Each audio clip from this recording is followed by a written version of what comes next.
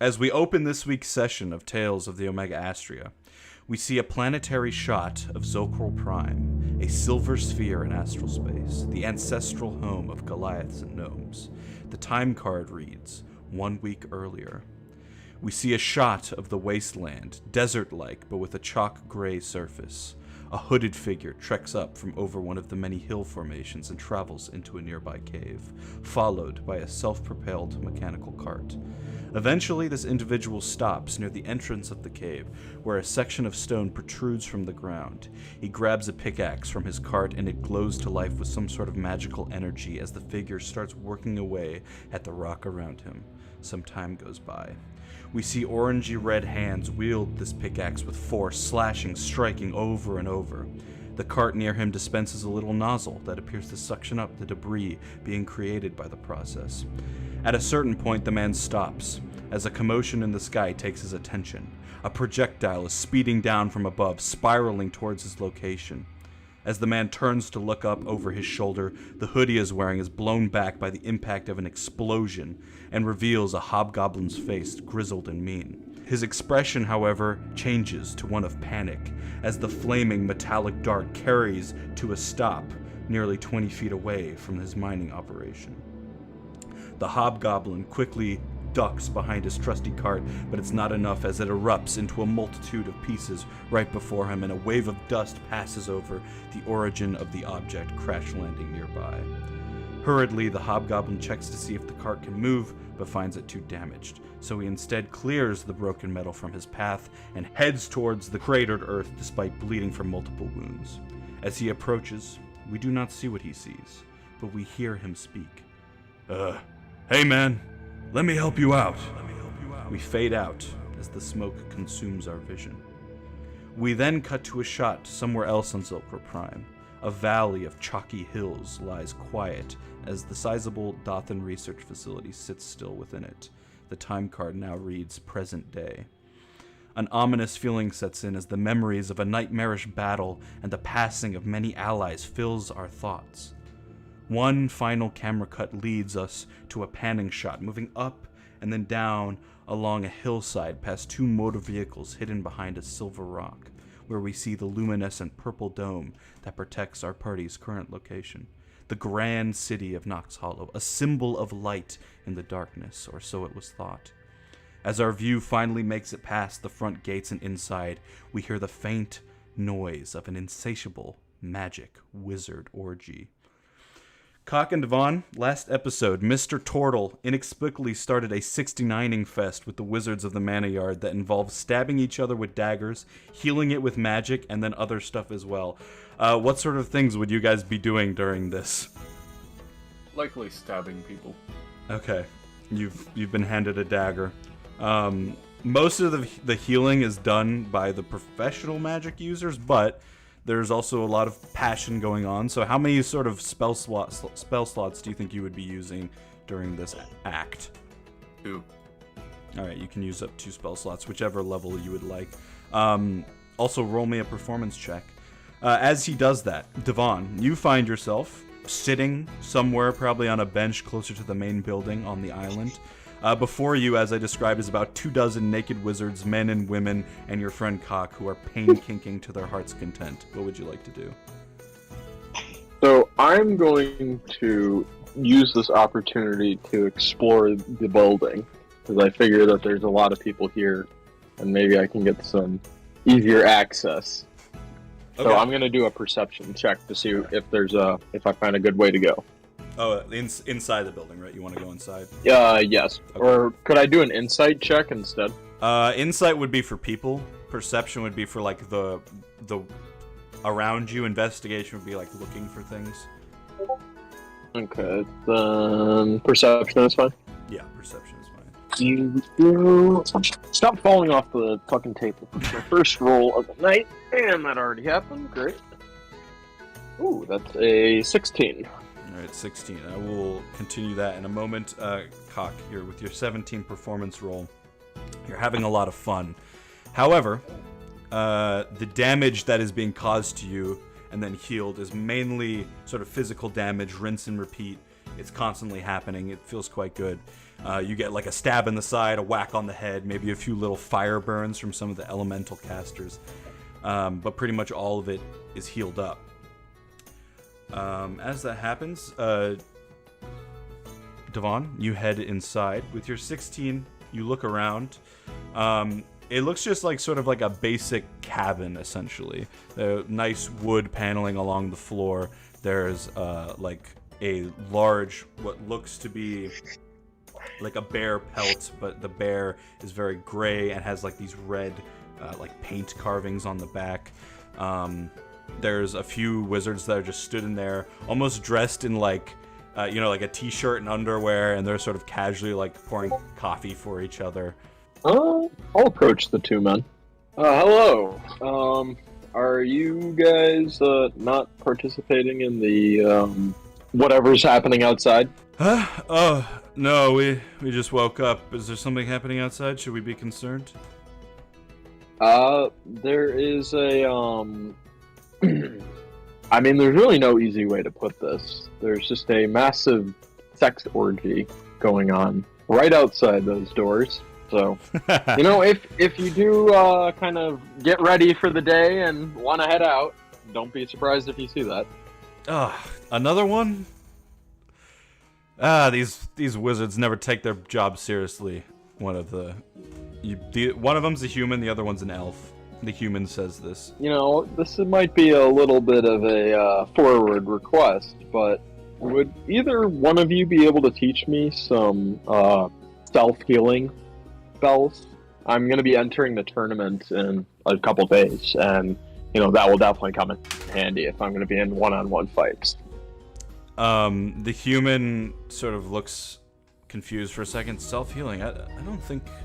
I've never learned any self-healing. The elf is like, there are ways of doing this, however they are not spells as much as they are magical items. Oh, well. There you go. So, what type of magical items would these be? Well, I have heard of a item called a heartbeat stone that allows you to heal, in game terms, like half of your max HP once a day.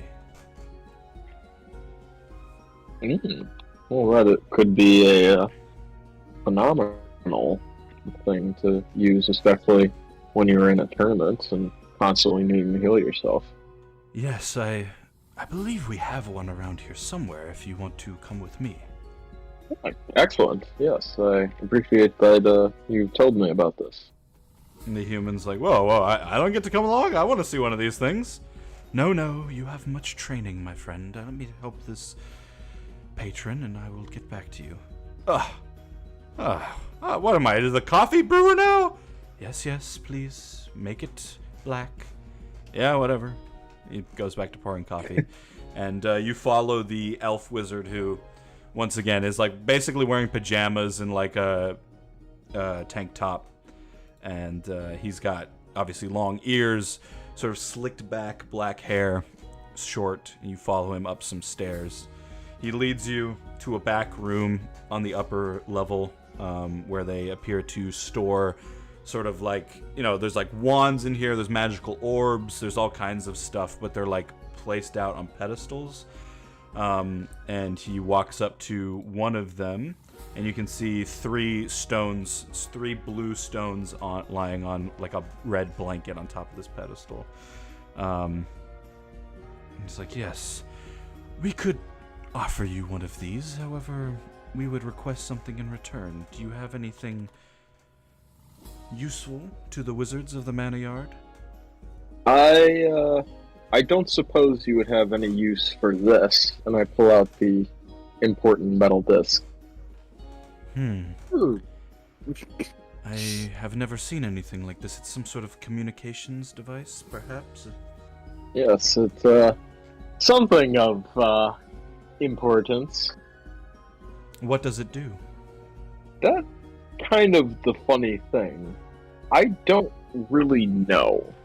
So I'm not sure what value it holds, but I'm sure in the right hands that this could be an invaluable piece of technology. Have you ever used it before? I have not, no. It means a lot to me, to be honest, we had a captain on the ship that I worked on, and he's the one who gave me this. So, I understand. I hold it very dearly because I'm not sure if I'm ever going to see him again. Well, then I would not wish to take something like that from you. How about instead you do some form of labor for the Manayard? Oh, yes, excellent. That would be perfectly manageable. Yes, any sort of magic we require that we ourselves are not capable of, perhaps, or maybe, I'm trying to think of something. See, the problem is, a lot of us here already know exactly what we do, so we don't have need for others as much. It's complicated in creating these such deals. Fair. Unless you can think of anything. Otherwise, these stones are very powerful. We would not just give them away to anyone. Right, yes. I mean, the fact that you've even brought me here is something that, a lot of people wouldn't be able to appreciate, so. Absolutely. What if, there's probably a lot of wizards here that are capable of doing this, but recently there was an attack where there were 2 burning buildings, and I was broom man, I was broom guy. sorry, out of character. I was broom guy, but that was, you know what? That's not important. I'm getting petty about things that are too specific. My point is, I was the one who put out the fires on those buildings using my spells. So that was something I did to stop them from burning. But what's not to say that I could also use it to clean the exterior of the building? It appears that, with so many walls and whatnot, that there would be at least some usage for going around and making sure that all the walls are clean. So I could use my spells in those areas and then scrub the walls where it was deemed necessary, and that could be my contribution. I know that might be a little bit of a unfair trade, scrubbing walls for a invaluable stone would help any mortal, but what do you say? First of all, I actually have a question for your character. Where do they keep the broom that they travel with? Is it like strapped to your back, or what sort of area do you keep it on you? Because we never really thought about that. Yeah, that's true. I hadn't thought of that. Because that is kind of like a dead giveaway that you are broom guy. Right. So he wouldn't think that you were lying in that regard. I would just have it with maybe a sling, and just maybe have it in it's like the part that you actually sweep with is above me. Okay. And then it has this super long sleeve. Yeah. That it just the entire broom handle goes into. Okay. He will say, well, perhaps not our building requires such cleaning. As you said, we are wizards. We know what we are doing in that regard. But there are other buildings that hire our services throughout the city. Perhaps you could help us with that. However, that would require us signing a contract to make you an official wizard of the Manayard. And, I mean, I would be open to that, but it is quite permanent. By permanent, I assume you mean that I would have to be stationed here permanently? Well, of course, if you are going to use one of our items, we would prefer if you were part of the group. I understand. We are very kind. We would never ask anything of you to hurt yourself or anything like that. We would just require your magical energy to assist around the city. Forever. Well, this is a very nice building, and I'm glad that I've met you and have been able to have this in-depth conversation. Yes, of course. However, I also have friends that were always with us, with that captain that I mentioned. And those friends and I, we've gone through a lot to this point, even to get here to Nox Hollow. So, we have a plan to eventually move somewhere else, perhaps off this planet. But we must do it together, so I must stick with them for the time being. I understand, my friend. In the meantime, I am Raymond. It is nice to meet you, and I appreciate having this conversation. And if you change your mind, just let us know. Yes, and perhaps if I return to Nox Hollow one day, then I will be a little more open to that offer. And I am glad to have met you, Raymond. Yes, you are always welcome back. I am Devon Rot. I must be honest, it is quite exciting to meet someone of, and I don't mean to be offensive, orc blood that knows the ways of magic. Very rare in this galaxy. You are very special, my friend. He sort of taps you on the chest. Do not let anyone get you down. You are stronger than them all, in both ways. Wow, I really appreciate you saying that. Wow, I mean, it has been difficult, but the fact that you can understand that, it shows immaculate appreciation for this craft. So I thank you. Absolutely. There are those that obviously frown upon what Megru did in the war, but I believe that now we can fight together for a better cause, and I appreciate you. And he taps you on the shoulder. Absolutely. I return the tap, I suppose. You're much stronger than he is, so when you tap him, he crumbles a little bit, but then he pretends it didn't happen. I kind of step back and go, don't crumble.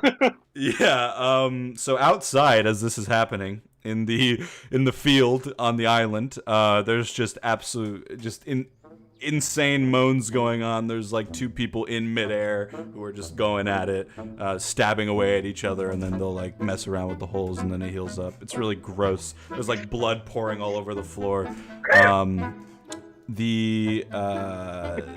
With your performance roll from earlier, people are appreciating your skills in this scenario, Cock. Yeah, so now I need you to give me 2 more rolls. A religion check and a constitution saving throw. Religion of 20, constitution of 14. Alright. So, like I said earlier, the healing magic does all the work required to bind the physical wounds that you are taking. However, there is a mental toll that you have felt, basically since the moment you stepped on this planet. Your connection to the anomaly, its artifact, the visions it gives you, the confusion you feel from the voices in your head. All of this builds, and the pressure of not knowing. In a moment, you're not quite even sure why, but you quickly find yourself in more pain than you've ever experienced, specifically in your head, where it feels like a thunderstorm is going off right next to your brain. The pain continues, it's becoming harder to even exist. And suddenly the person in front of you is like, whoa, why are you stopping? As you're falling over in pain. What do you do? I do what any sensible creature would do, and I yell out in agony as I fall over. Yeah. You scream out. Yeah, at this point, Devon, you can definitely hear screaming from outside, and now you can hear other people say, oh god, what's happening? What would you do, Devon? The orgy is ruined! The elf that you were with is oh, they need our help, and begins to rush down the stairs. I rush after him. Alright, you get outside. You see a bunch of arcane casters have surrounded someone as they lay on the ground, but you can't see exactly what's happening. You just hear a few of them screaming out, oh god, the magic's not working! Cock, you are in immense pain, writhing on the floor. Yeah, it's bad. As this is happening, I go up to Cock and I use I use Lesser Restoration. Okay. What does Lesser Restoration do? Lesser Restoration. It's kind of difficult to say, but you touch a creature and it can either. Oh wait, fuck! I can't read. You touch a creature and can end either one disease or one condition afflicting it. The condition can be blinded, deafened, paralyzed, or poisoned. Interesting. Okay, so yeah, you run up. You now see that there is no doubt. You see the body of your ally lying on the floor. His body is thrashing around, convulsing, shaking, seemingly uncontrollably. You notice brief moments of terror in the turtle's eyes as he begins to foam from the mouth.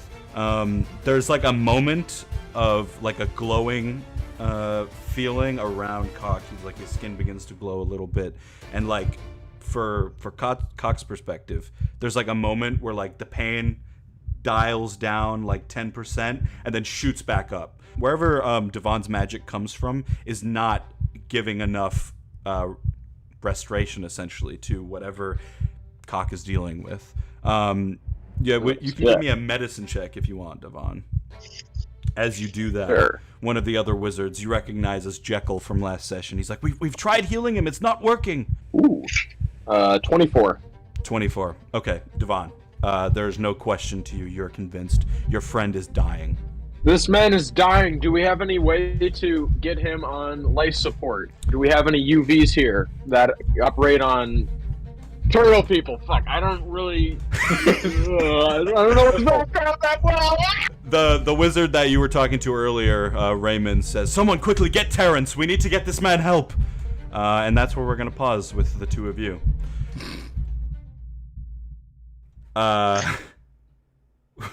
The other two, as that is happening, Erebus and Reinhardt, you got a tip from an old wizened gnome that the cloak Reinhardt was wearing may be able to restore the memory of your dragonborn companion. So you headed back to your room at the Spotless Crew, and when Alduin placed the cloak on his shoulders, the magic took place. An explosion of flame erupted from the young dragonborn, creating smoke in the room and destroying one of the windows. And he was an adult when you next saw him. There was some conversation, but the matured Alduin then kicked down the door of the room and began heading down to seemingly complete his mission of defeating someone named Hadraxel. Erebus, Reinhardt, what would you like to do?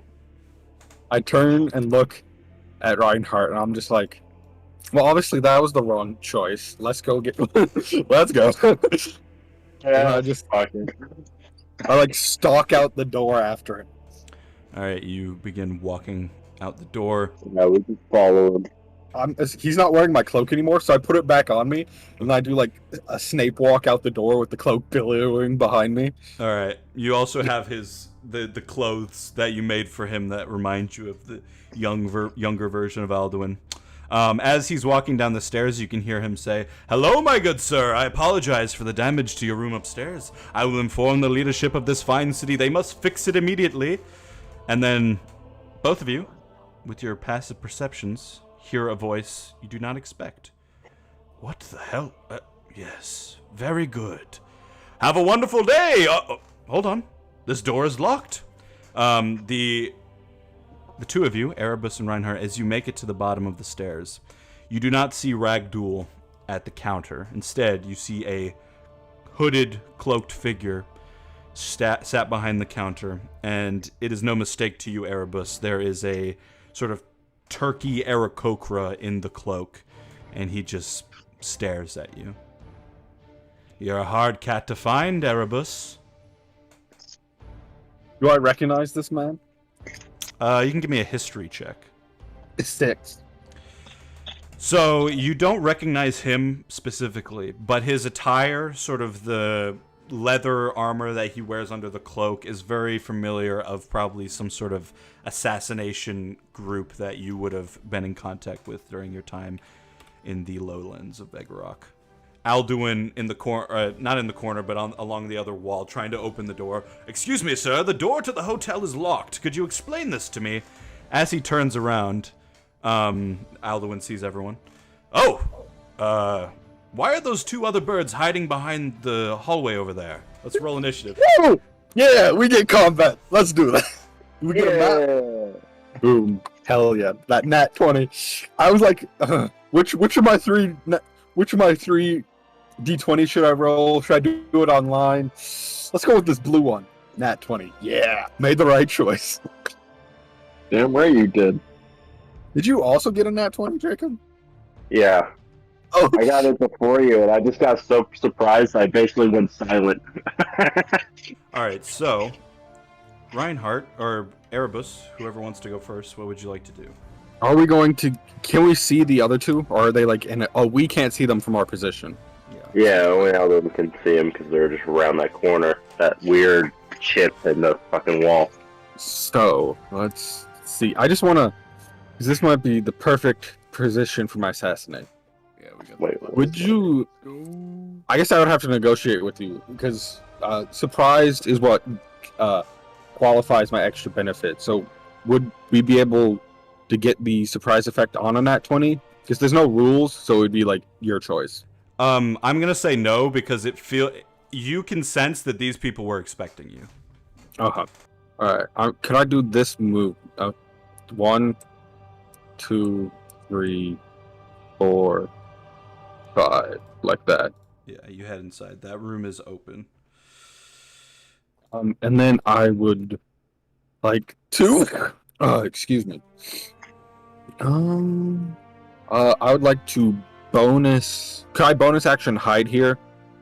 And then go into stealth for my attack? Or would I need to move a little bit more into one of these corners for that to make sense? Yeah, you're stood in the doorway. If you close the door, you could do that, but then you wouldn't be able to attack. Alright, then I am going to use my feline movement, so I don't have to use ability or anything. Feline agility. Move an extra 5 feet over here. Then I will do a bonus action hide. Okay. 25. Okay. And then I guess... Sorry, I have to... There's really no point in doing that except to make advantage of my stealth pistol, which I will now be shooting at them with advantage. I love D&D, One- man. One behind the counter. Okay. 23. That will hit. Alright, so that is 1d6 for the attack and 2d6 for the stealth sneak attack. 15 damage, and then they can make their perception check to see if they beat a 17 to notice where I am. They know you're in the room. They don't know where enough to attack you. That's the only thing. Uh-huh. Like, it's not like a logic breaking gun. It just means you have, they're not going to be able to be like, oh, I saw where that bullet came from. Yeah, Reinhardt, it's your go. Yeah, let's do this. I am going to run. Frontline person, I will run there. And I will attack Alright. using my vibro staff. Doing it one-handed. I got a 10 plus 3. Does that hit? It does hit. Alright. And then I'll do 2 unarmed attacks. Okay, that one will not hit. Alright. Got a natural 1. Yep, that will not hit. Next one, I got a 14 plus 3. That will hit. I got 4 plus 3, so 7. Wait, 4, 5, 6, 7. Yeah, 7 damage. Alright. And that's my roll. Is that That's your my whole go? go. Yeah.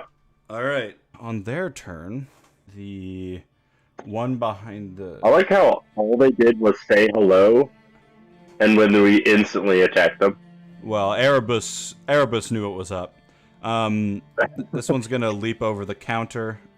And I kind of just followed his lead. We're in a situation where he's gonna go this way. the only other party member here knows my true name, so... Yeah, I just followed your lead.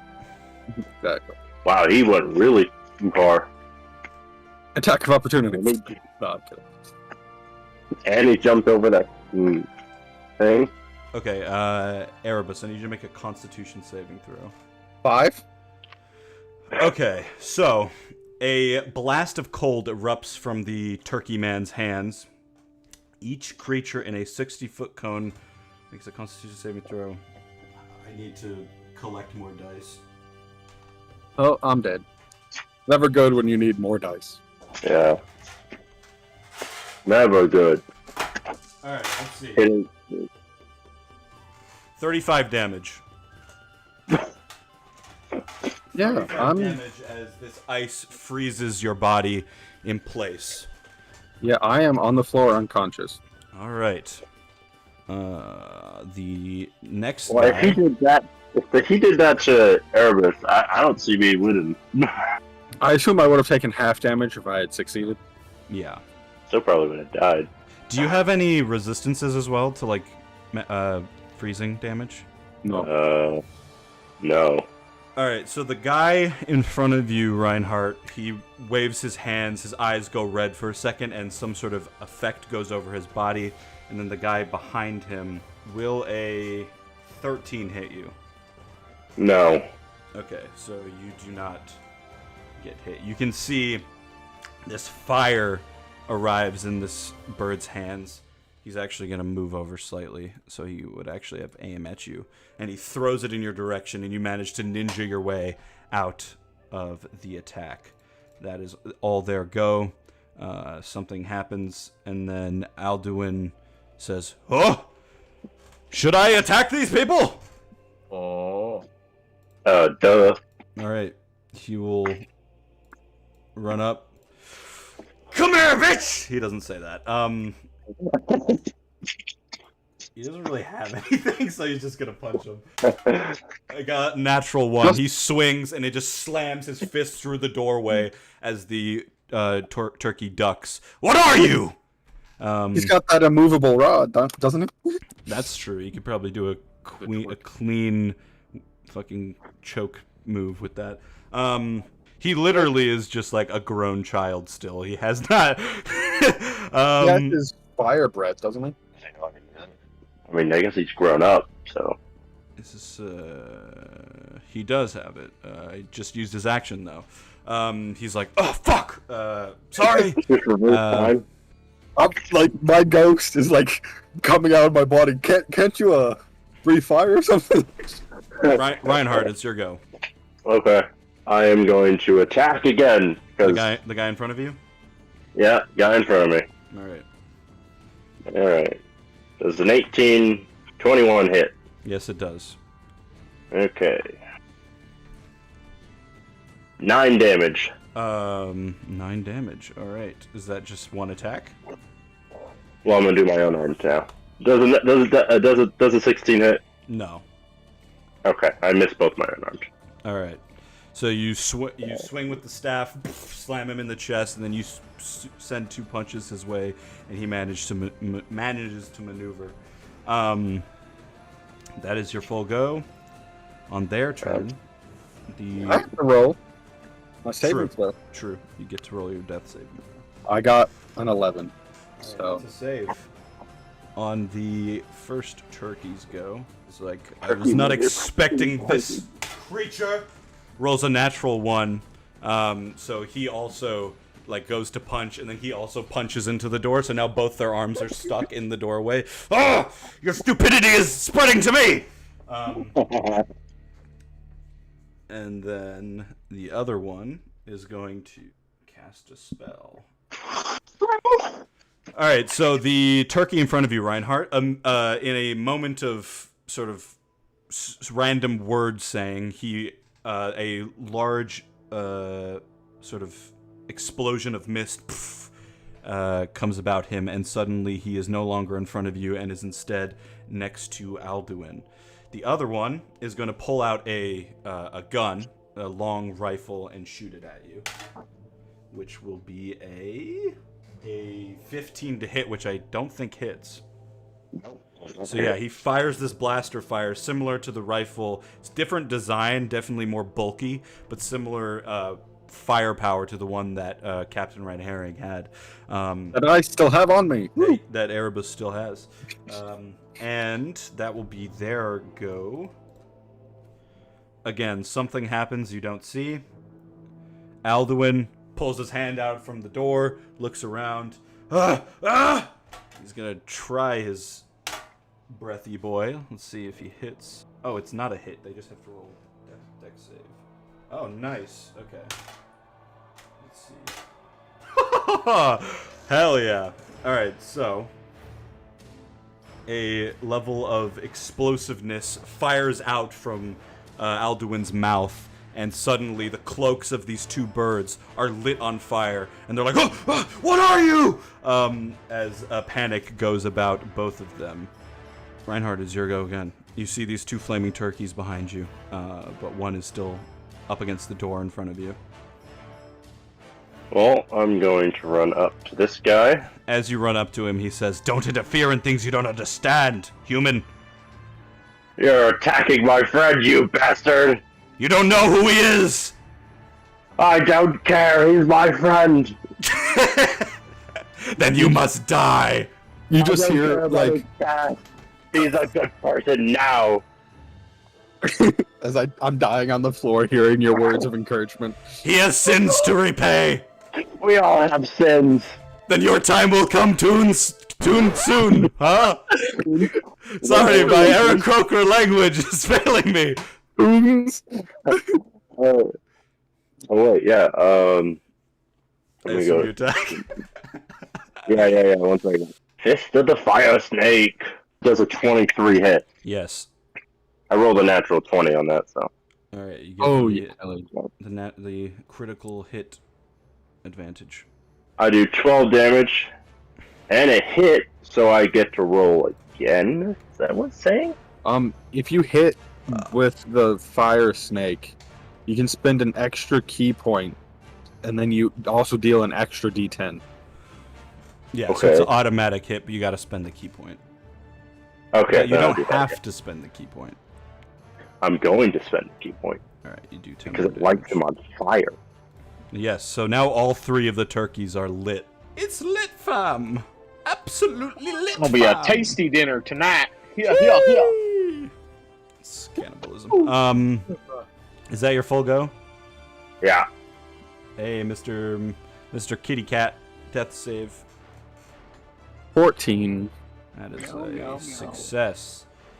The 3 burning alive turkeys. You can see one of them, the one that's run up now to Alduin, has some sort of large, like, sleek black suitcase attached to his back. You're not quite sure what that's about.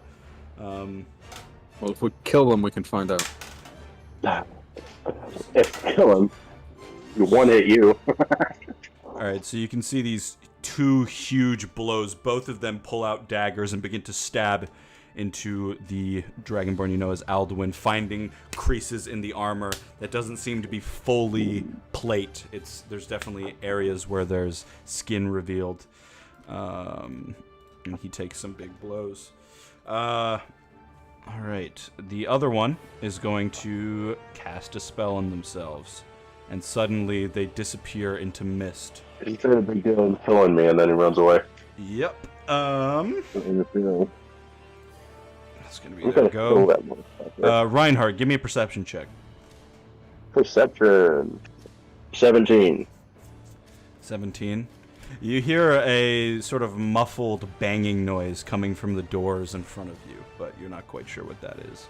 On Alduin's go, he's surrounded at this point, so he's just going to go out swinging. Okay, so he can't do that again. He's just going to punch the guy in front of him. And a natural 2 means he does not hit. So he swings and the turkey ducks, and he's like, "We've got you now, weird creature. Leave us alone!" Beautiful. I love that. We've got you now. Leave us alone. Reinhardt. Alright, I'm gonna run up behind this guy. Alright, you run up behind... The guy with the bag? What? Is this the guy with that backpack you told us about? Yeah, he's got some sort of container on his back. You know what? Kill him. Just punch him. You're dead. You're dead. You can't say anything. I'm gonna hit him with my stick. You're gonna hit the bag with your stick? Yeah, I'm gonna hit his head and the bag at the same time with the stick. Well, decide which one you want to do. You can either attack him or you can attack the container. I'm gonna attack the container and then attack him with my 2 fists. Okay, yeah, you can do that. Alright, see if I hit him. Does a 17 hit.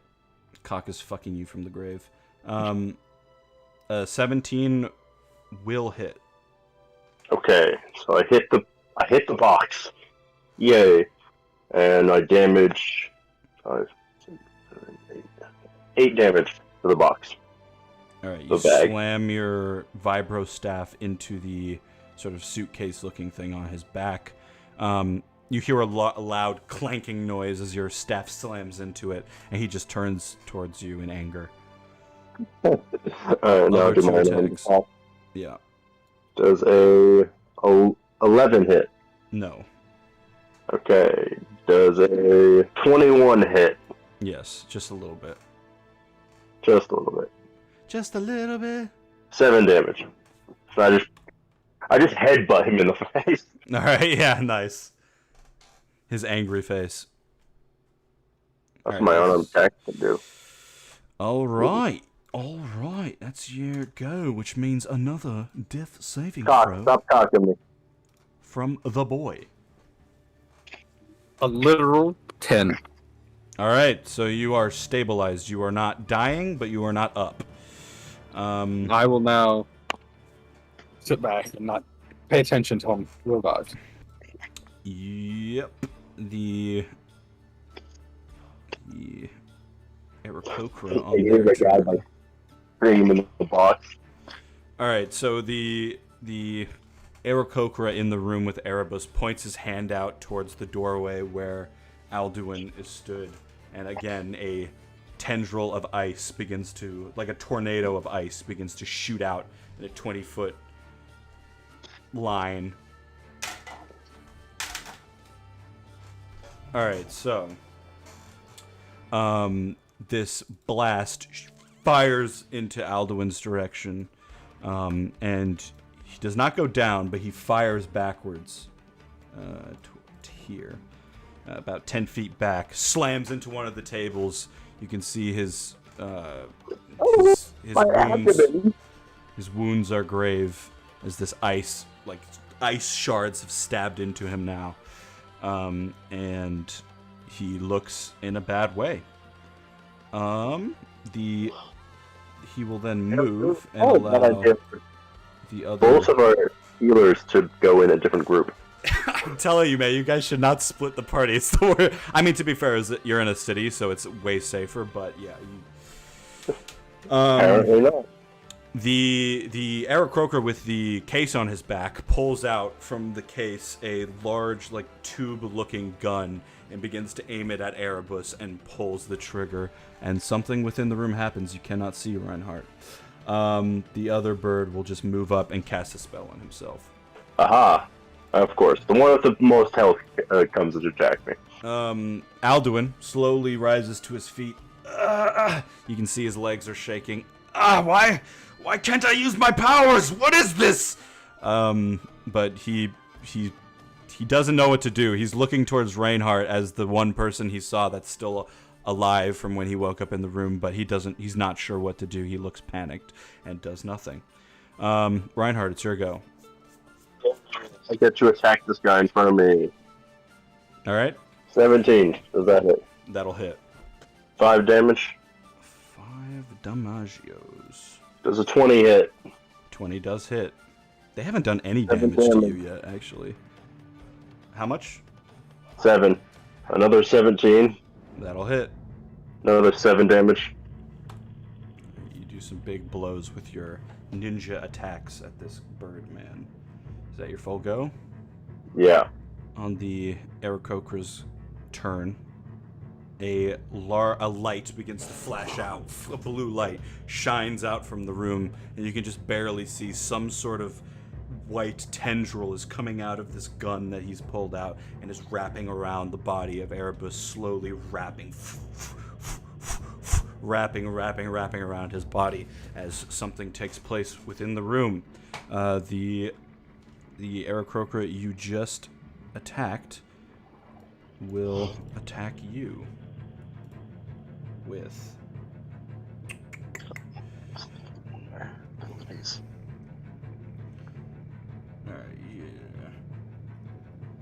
He puts his hand out, and 3 yellow glowing missiles fly out up into the ceiling and then back down on top of you, Reinhardt. This is a magic missile. It is not something you can dodge. It just hits you.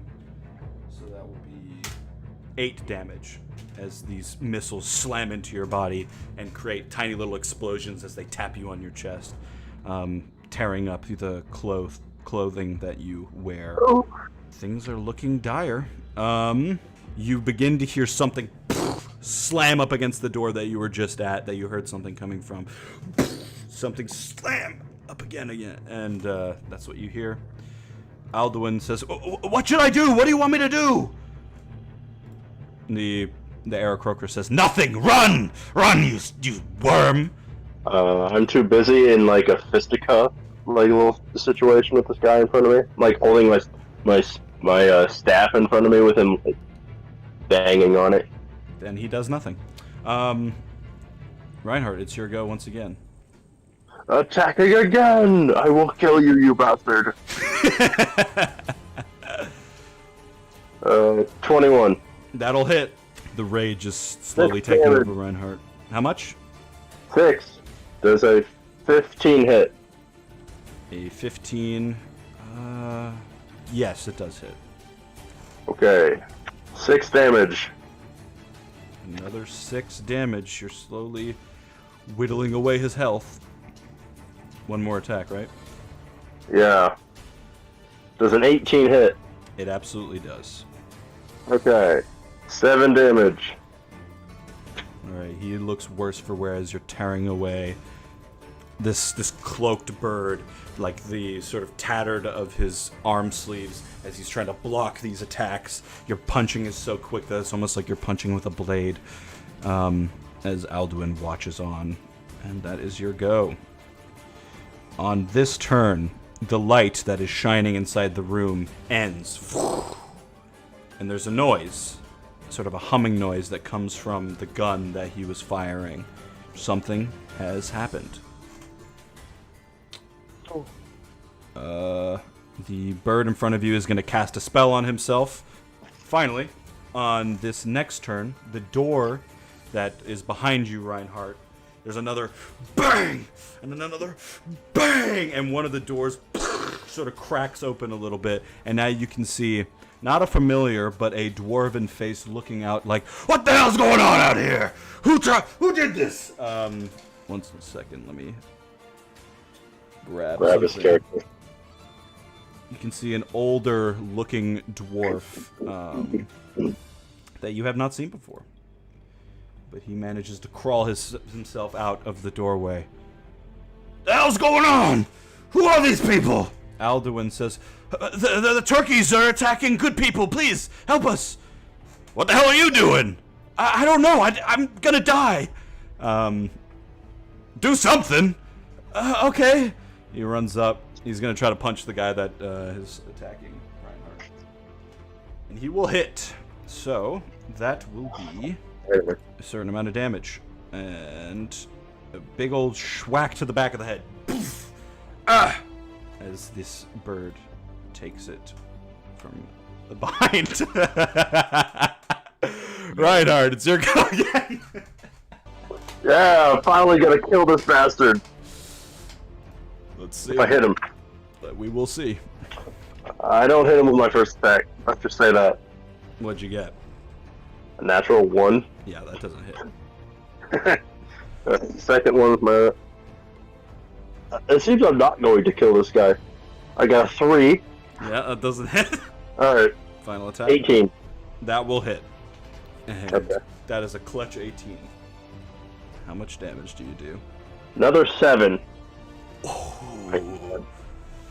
Well, he's at like 1 HP. You do 7 damage to the burb. And his eye is now bleeding profusely as you slam him in the face. His sort of turkey-looking mug just devastated by these blows, but he still barely stands. Now surrounded by both sides. And that is your go, Reinhardt. On his go, the Aarakocra will launch 3 more magic missiles, 2 at you, 1 at the Dragonborn. I get to die. 10 damage to you. I'm dead. These magic missiles fire out and they actually knock both of you down. I'm pretty sure this dwarf should just run away. Unless he's just somehow the most overpowered thing in the world.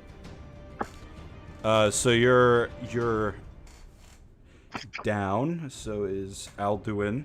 We are going to continue initiative because we still need to make death throws and see what happens. But if all of you fall, we will see what happens. Yeah, I think you may have made them too overpowered. Well, I designed this combat for 4 people, not for 2. Right. The bird will then run over to the dwarf, but has used his attack. Other More like bird. a flip walk. As you're falling to the ground in pain, you can hear the dwarf say, "How about you bloody bastards?" He will attack. And roll, I'm not joking, a natural 20. It, was on a 14 and rolled to a natural 20. Hell yes, we got one of them, boys. We got one of them. Hopefully. Yes, so he just swings his fist forward towards the turkey, and, as he punches it, there's, that comical effect where suddenly there's feathers all around a naked bird. And it just falls to the ground, cooked from the various flame damage. Yes, we got a turkey to eat tonight, boys. If I'm not dead. And he runs up to the other one. Come on, get out here, you fucking piss worms! And with that said, you will see 2 other dwarves climb out from the hole that he created. One of them, well, you can't see them, so who fucking knows? And the female dwarf will make an attack. Alright, so some damage is done. I love playing D&D by myself. This is fun. Miracle roll to see if I get back up. Well, you're not sure what's happened to you quite yet. Alright. Man, I should have ran for that door. I honestly just thought it was the tavern guy. I mean, Yeah, but more bodies would have been helpful. it's funny you say that. He's in there too. Alright. Oh, this man got freed from his imprisonment of being a child and then immediately dies. Welcome yeah. back, Oh shit. dumb bitch. At least we can take that cloak off of him. Actually, I forgot a very important rule. A very important He's not feat allowed to die. with this character. He has plot armor. No, I'm just kidding. Of course. When he goes down, when his body hits the ground and life leaves his eyes, instead of going to 0 HP, suddenly his body bursts into flames, and nobody can see this, but I'm just going to describe it for fun. A child is in his place for a moment before growing stronger than he looked before, and suddenly he's back up on 1 HP. That's a good point. He has the Phoenix trait. Oh, right. Kill a god. I'm never gonna get that cloak off of him. Deus Ex Machina right there. All right, but he can only use that once per day, so don't let him go down again. What are we gonna do? That's a solid point. I don't even know if I'm still on this planet, alright? All right, up next, Reinhardt, give me a death saving throw. I hope Nick and Andrew are having a great time. Hey, Fucking fucking... combat I've ever been in. I know, right? 16. You've gotten to have sex with people that don't even know you're there. What'd you get? 16. Sorry, 16. That's a save. Yay. All right. One of them has been cooked. The other bird, shocked at his teammate going down. Ugh! Quickly! Run away! Is he secured? You hear him shout out. One moment! The dwarves will move in, standing over the bodies of fallen comrades. Something is said. It's standing on me. Yeah. Fucking DM, roll double digits challenge, please. None of them hit. As they all swing. Actually, this guy, no, he doesn't. Alduin, now seeing the bird in front of him, he sort of stands as the bird is running towards him, and the bird realizes this. He's like, oh shit, you're still. How are you alive? You should be dead! And Alduin's just like, yeah, I should be, shouldn't I? Swings forward his fist. That one. That will do punches himself and he dies. He explodes. Can't come back this time, motherfucker. It's wizard time, motherfucker. Fireball. All right, he punches him in the face. The bird looks angry. Reinhardt, another death save. Yes, sir. I cannot imagine why the bird would be angry. No. A 9. He's only been cooked. The other Ooh. bird appears in the doorway. All right, we're good to go.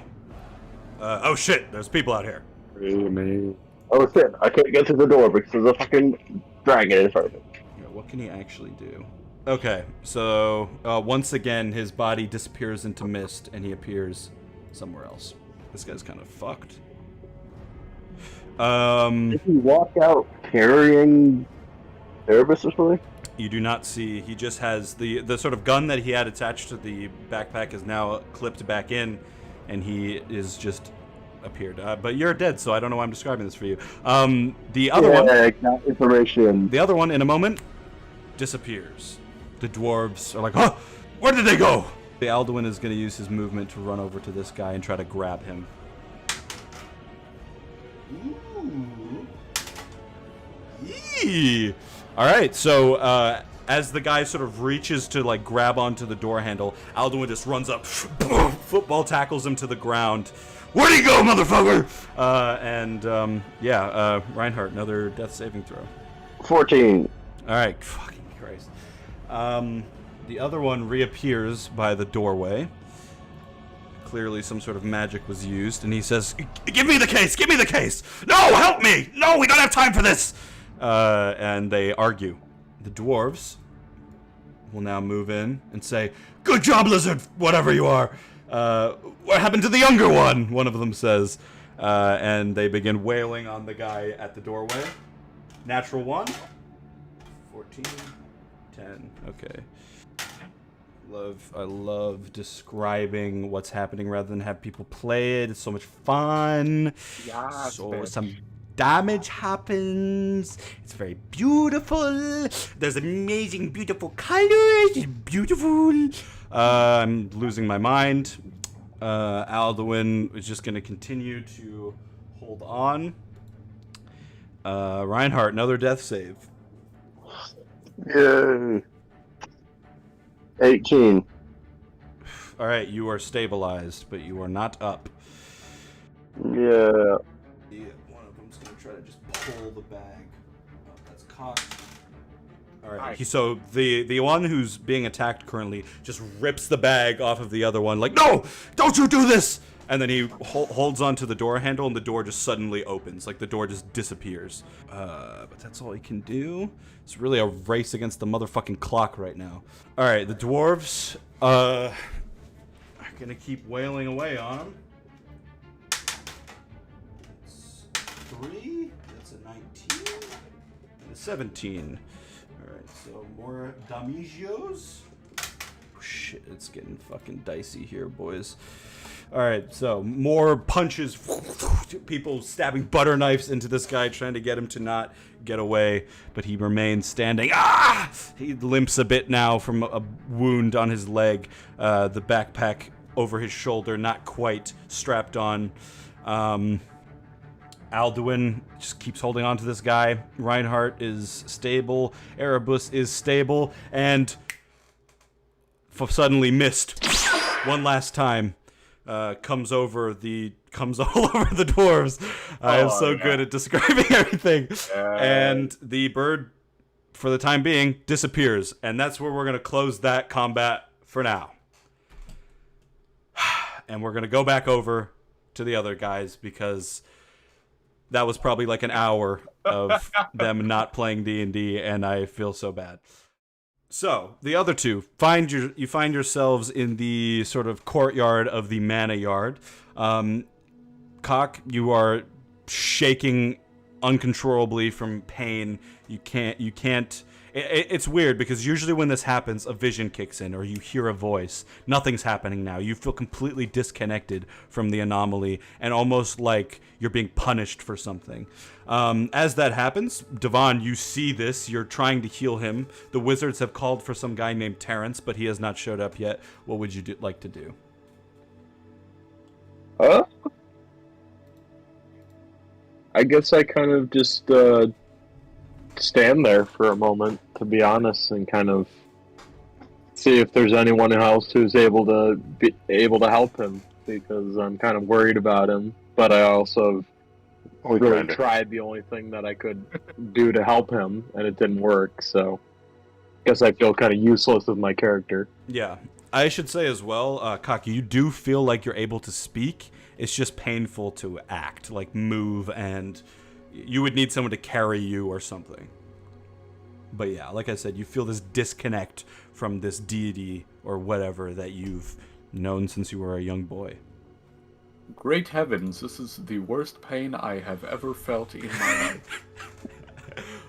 Oh, wow, he's a great wizard and a great actor, one of the wizards said. Thank you. Where's my award? Once again, one of the wizards places their hands on your chest trying to heal you, and nothing happens. Oh god, oh god! They're all freaking out. You can now, Devon, you can see some of the wizards looking around like, we might have to hide a dead body pretty soon. Whose dead body are we hiding? So no one has any ability to stabilize him? Isn't there any way, Doesn't even seem if... like it. They've tried. You've used your magic. They've used magic. It seems like there's something different going on. That magic cannot, at least healing magic, cannot interfere with whatever's going on. And again, you just feel like time is running out. Is in your mind. That's what you feel like. Well, damn, maybe God is real, and this guy is You go next, I guess. getting taken out by God. I mean, that's how it be sometimes. Some time goes by. It would be like that sometimes. Some time goes by, and eventually, Cock stops moving. He isn't breathing. His heart isn't beating, and Devon, you realize that Cock has now died. Like, fully dead. His character, we need to get the revivify spell out. One of you fuckers, bring him back. Come on, one of you guys probably knows how to cheat death, right? So just use that now. So he's dead. So now you can just bring him back and he'll be fine. Boom. Logic. One of the wizards walks up, starts using some sort of item, some sort of like technological item to scan Cock's body. You can also see now the elf that you were speaking to earlier has come out back from out the house, and you can see another wizard with him, a female wizard, and they start moving over. Yeah, what happened? Is he... No. Oh no. And the female wizard kneels down. Terrence, please, if there's anything you can do, I'm looking. She begins waving her hand over Cock's body. One of you do something! Bring him back! Bring him back! Raymond looks at you. Is there anything you know? Why would this happen? Does he have heart attack problems? Is there something we should know about? Is there anything? That's what I came out. Man, it's just like, well, no, you know he's dead. Why is he dead? Because of the stupid thing that you guys have been doing here. Look how you influenced him. I'm gonna. He's gone now. He was here this morning and he's gone now. Devon, please, if there's anything you can do to help your friend, just, do you remember anything? Yeah, Terrence just stands up. I don't think that this is not a natural death. There was no heart attack. There was no illness. His body just killed itself. They all sit there in silence. I'm wailing on the ground at his feet, crying. Raymond is trying to console you. Literally fucked to death. Well, yeah, This is the point when it like cuts away and it's like a sad piano and you can't hear any of the audio. There is a sad piano playing in the background and sort of a darkness surrounding, and then inside Cock's head, for you feel like your soul has left your body. You have been consumed by the darkness completely. You have died. You feel nothing around you, no pain, no worries. What would your first instincts be? You feel yourself just in this black abyss.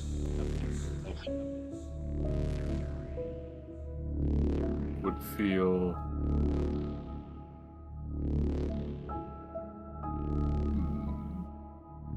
I seem to forget every word in the English language that could describe how I feel. Very comforted, as I no longer feel anything.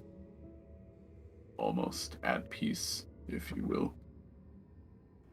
Yeah, and you get that moment of like a deep sigh as all of the anxieties of the world leave you. And in the darkness, you hear like a dripping noise, like water slowly falling from a faucet. And then you see a figure stood somewhere. You can't see exactly where he is out in the darkness, but there's just this shadowy figure, and he stands there looking around in a panic. And then he looks, and almost like he notices you. What? Who are you? You. It echoes. I'm Cockman. Who are you? I am Cheros. Oh. Does anyone else see this? You don't hear anyone respond. He begins to walk towards you.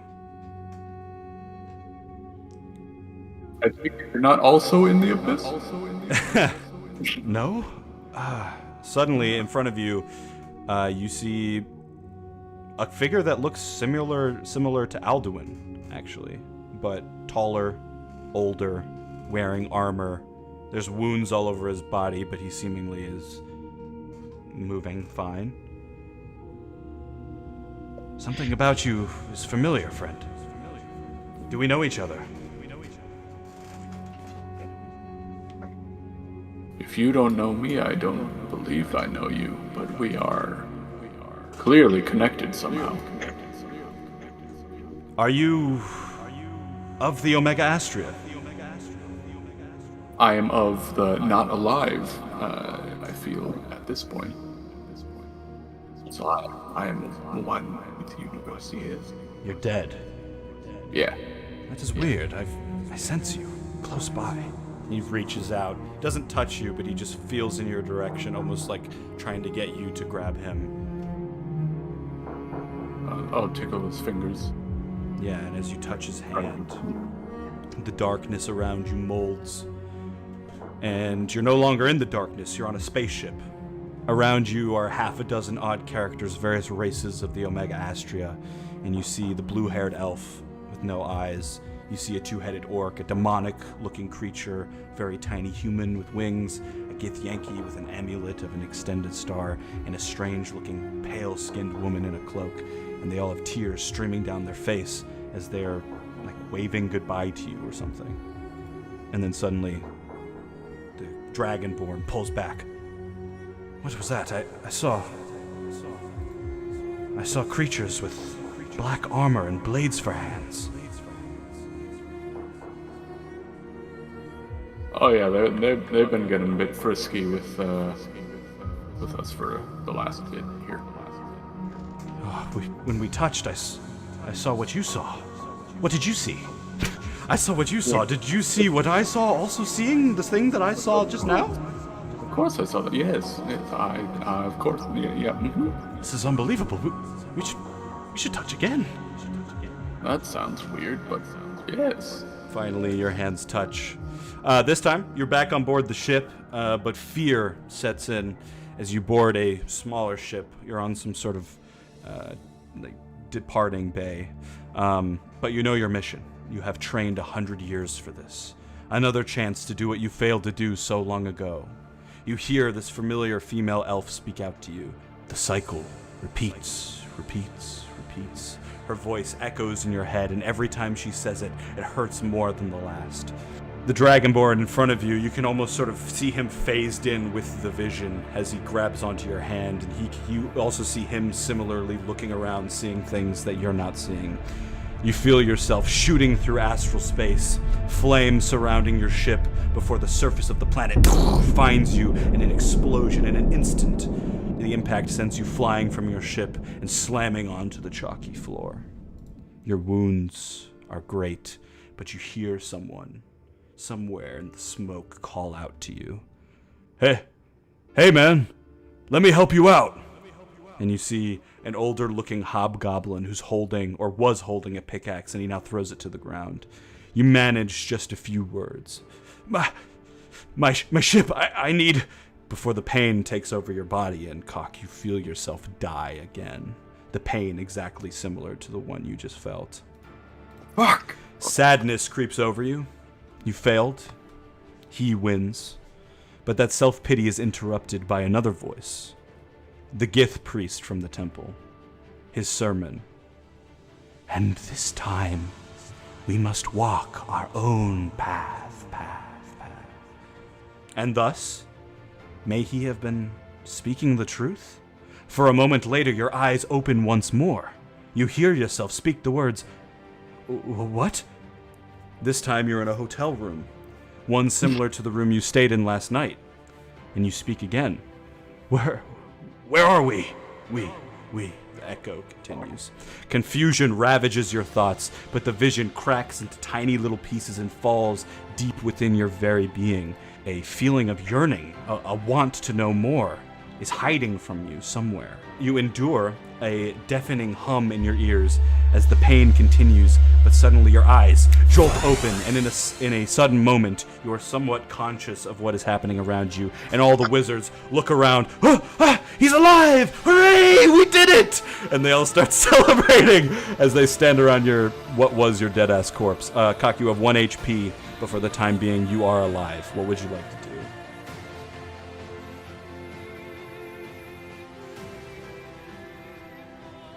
And I'm not in the worst agony of my life currently. Yeah, there's still definitely some head pain from just a headache you felt as long as you've been on Zulkrul Prime, but for now, your body is able to be used. Ah, fantastic.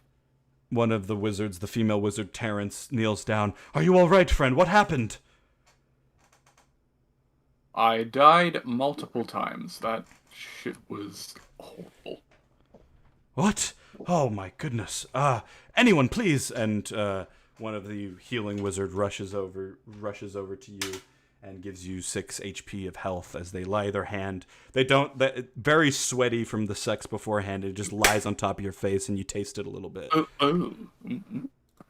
There you go. You have been the health out of his finger. You have been healed completely, my friend. And Devon, you see this. He seemingly is alive for now. I go up, I look Cock in the eyes, and then I give him a big hug. Thought we lost you. That was the wildest orgy I have ever experienced. You should have partook. Seeing you in that condition made me unbelievably happy that I did not. I don't want to get selfish, but come on, man. You almost died. You were dead. What do you mean It wasn't almost? even you almost. You were dead for a considerable amount of time. The fact you're standing right now is befuddling me, to be honest. Oh, But thank Bugle. to our Lord and Savior. Yeah, you better be grateful towards them. That's all I'll say. I will immediately go into prayer. All right, you go into prayer. The wizards now surrounding you, you and Devon, are like, all right, enough of this. This is fucking weird, man. You guys got to get out of here.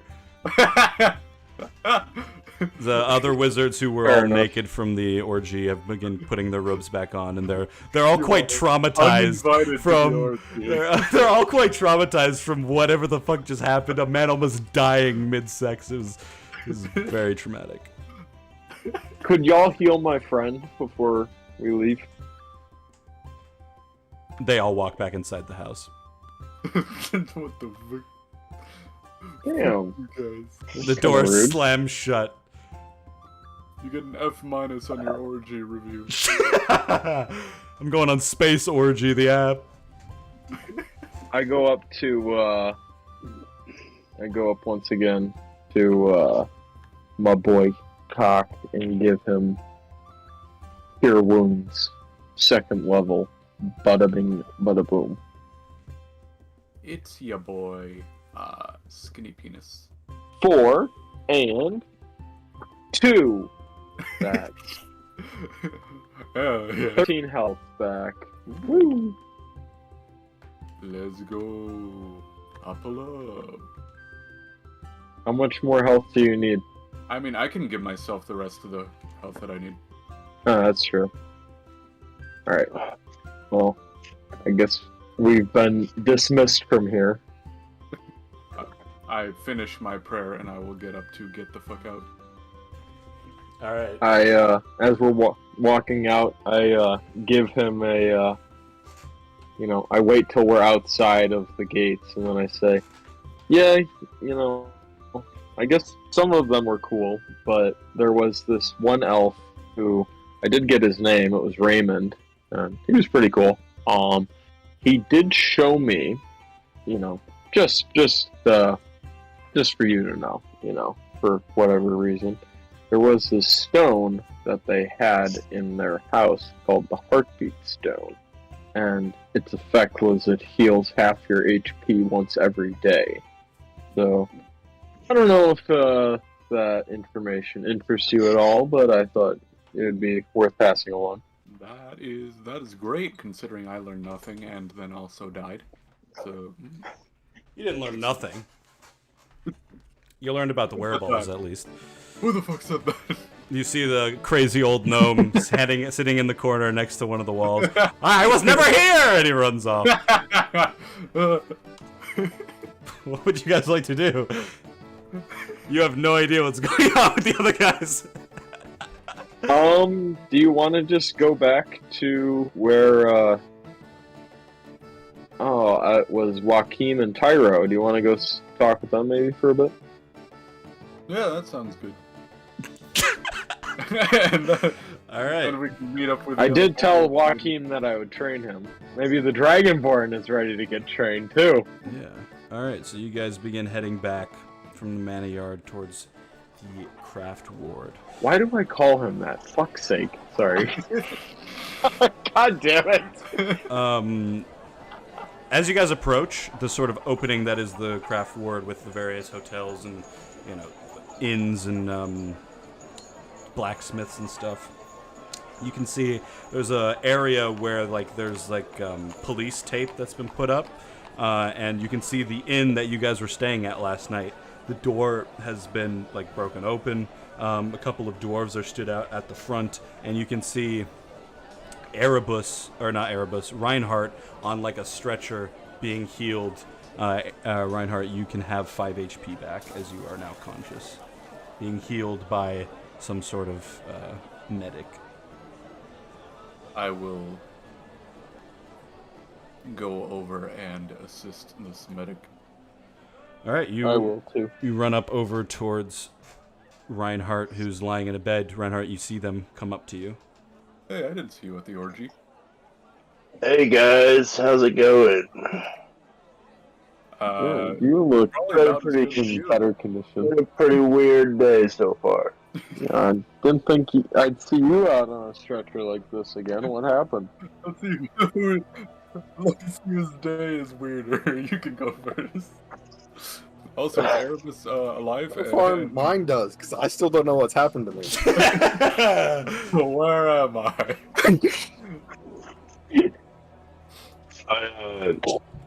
Are the dwarves around? Yeah, they're talking to some of the. You can see the orc Jamal and the human with the bow, Brer, and they're talking to the dwarfs, trying to get a story, see what happened, who attacked. You can see some of them. The Goliath woman is inside looking at some of the dead bodies, or the dead body of the turkey, and one of them's been handcuffed. One of the turkeys has been handcuffed, and is sort of sat down next to her. So I kind of just explained that we kind of gave the cloak to Alduin. He became a giant dragonborn. Then he kicked down the door and left. We followed him, found 3 turkeys in the downstairs. We attacked them. What? Then they kicked Don't Erebus's be so surprised. ass Looks like us. with one shot, and then I kept fighting. I kicked Alduin's ass. Then 3 dwarves appeared, kicked their ass, and now I have no idea where Erebus is. Ah, fantastic. You also don't know where Alduin is. While you were unconscious, he has seemingly disappeared somewhere. That too. I also have no idea where Alduin is. Makes sense that Reinhardt doesn't know why I attacked the turkeys first. He just knows I attacked them first, and since I'm not here to explain it, Yep. that's all he knows. All I know is Erebus attacked the turkeys, so I joined in because I trust him. He attacked the turkey, so I attacked the turkey. I love that we don't use like the proper names for creatures in this. We just call them by the animal they're representing. Is great. Well, shit. I mean, Turkey and died twice. Yeah, a lot's going on while you're gone. So, how's your day been? Heal him with 5 health and run off. so, about that, they, Cock You look like you've basically done some orchestrated a sex orgy. Not surprised. And, as a result of said sex orgy, he was killed by unnatural causes for an extended period of time. And, I mean, he's alive now, so yeah, you know, we're chilling. Death. Did you say that's a Oh, proper assessment? How was death, Cock? Honestly, I would recommend it. Might want to hold off on when you do it, but you know, at some point in your life, I'd suggest dying. Quite relaxing, to be honest. Hey, I'll probably see it before any of you. Not if I can help Let's it. hope we all die old. I'm uncomfortable with the conversation. I'm kind of just out of it in a daze. I'm gonna go look for Erebus. Okay, as you guys finish your conversation, the orc Jamal that obviously Devon recognizes walks up towards you guys. Ah, the other members have arrived. Well, I assume you've informed them of the story, Mr. Reinhardt. Yeah. Yes, I've been told by They've had a pretty weird day too. Oh, I'm sure. You all seem to bring weirdness everywhere you go. I was informed by the owner of the inn, Ragdool, that he was inviting some sort of patron inside, and when they got up to the counter, they sprayed him with some sort of mist. He passed out, and next thing you know, he was waking up, tied up with some of his other employees. Yes, we've spoken with him about the missing Tabaxi, and I've sent Brawl off on the trail. We'll see if he's able to find him. Is there any other detail you can give us? What exactly happened when this Tabaxi went missing? The dwarf was not aware of this. Well, I was kind of unconscious when I went down before they left, so... What happened before you went down, then? Who precisely did you go down on? We were following one of our comrades down the stairs as he was trying to leave. One of the turkeys recognized my Tabaxi friend. Recognized him as... Is this something I should worry about? Is there something about your friend that endangers our city if assassins are coming to get him? Bounty hunters? Personally, I don't know. But I trust him. Well, perhaps you shouldn't. Anything else? Is there anything you remember about what exactly happened when he went missing? There was a very large light coming from the other room, and I think I saw tentacles. Oh, of course. Tentacles. All right, well, that's about the information I was looking for. I don't believe you need to stay here. I believe the mages are done with your healing process. Are you all right? Do you need anything else? No, I will be fine, thank you. Before he steps away, he looks towards Devon, sort of wants to engage in conversation, but realizes he's on the job and just nods at you, and walks back towards his I nod back. teammate. Yeah. All right. Anything else you guys want to do before we... I guess I have that meeting still coming up with, their name is fading from me. Yeah, so you have a dinner with the Firefist Estate if you want to attend that later, and then you have the meeting with the orcs after that. But beforehand, you've probably got like 4 hours before dinner time. Then I guess I will, But yeah, you guys have kind of, for the time being, lost the place you were staying because it's being investigated. honestly, I might just go take Can we a get a nap. refund? So I can, yeah. I might just go find like a tree or something to sleep underneath, or just, I don't know. All right, so as you guys can think about what you want to do next, this series of events, once again, quite chaotic. Erebus, you find yourself, there's quite a long period that goes by before you eventually your eyes open once again and you realize that you're in some sort of box. I'm a cat in a box? Seriously. It appears so. You find yourself trapped in some sort of dark prison cell. My dark vision doesn't help me at all? It allows you to know that you're in a very small, confined place, yes. There's no, like, door, no windows. Doesn't seem like it. I tap on the edge. Tap on the edge. You hear a metal clank sound as you tap it with your cat claw. You can give me an Arcana check if you want to. No. Yeah, nat 1. That one. Yeah, there's some sort of effect happening within this box, but you also think that it is... I assume I'm at 1 HP. You are at 9 HP. You feel some sort of magical effect taking place around you, but you're not sure what it is. Well, do I have all my equipment still on me? Yes. You had whatever you had before you fell. A lot of weird things. I'm gonna use my piton, which is like a climbing equipment, put it up next to the wall, and then pull out my hammer and start like trying to punch a hole through it.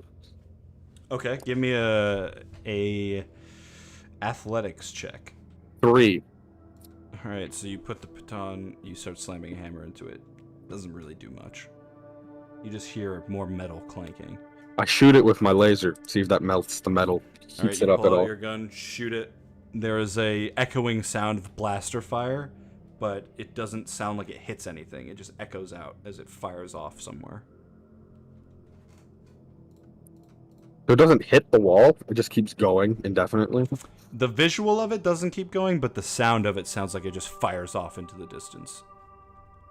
Can I try to put my hand like through the wall?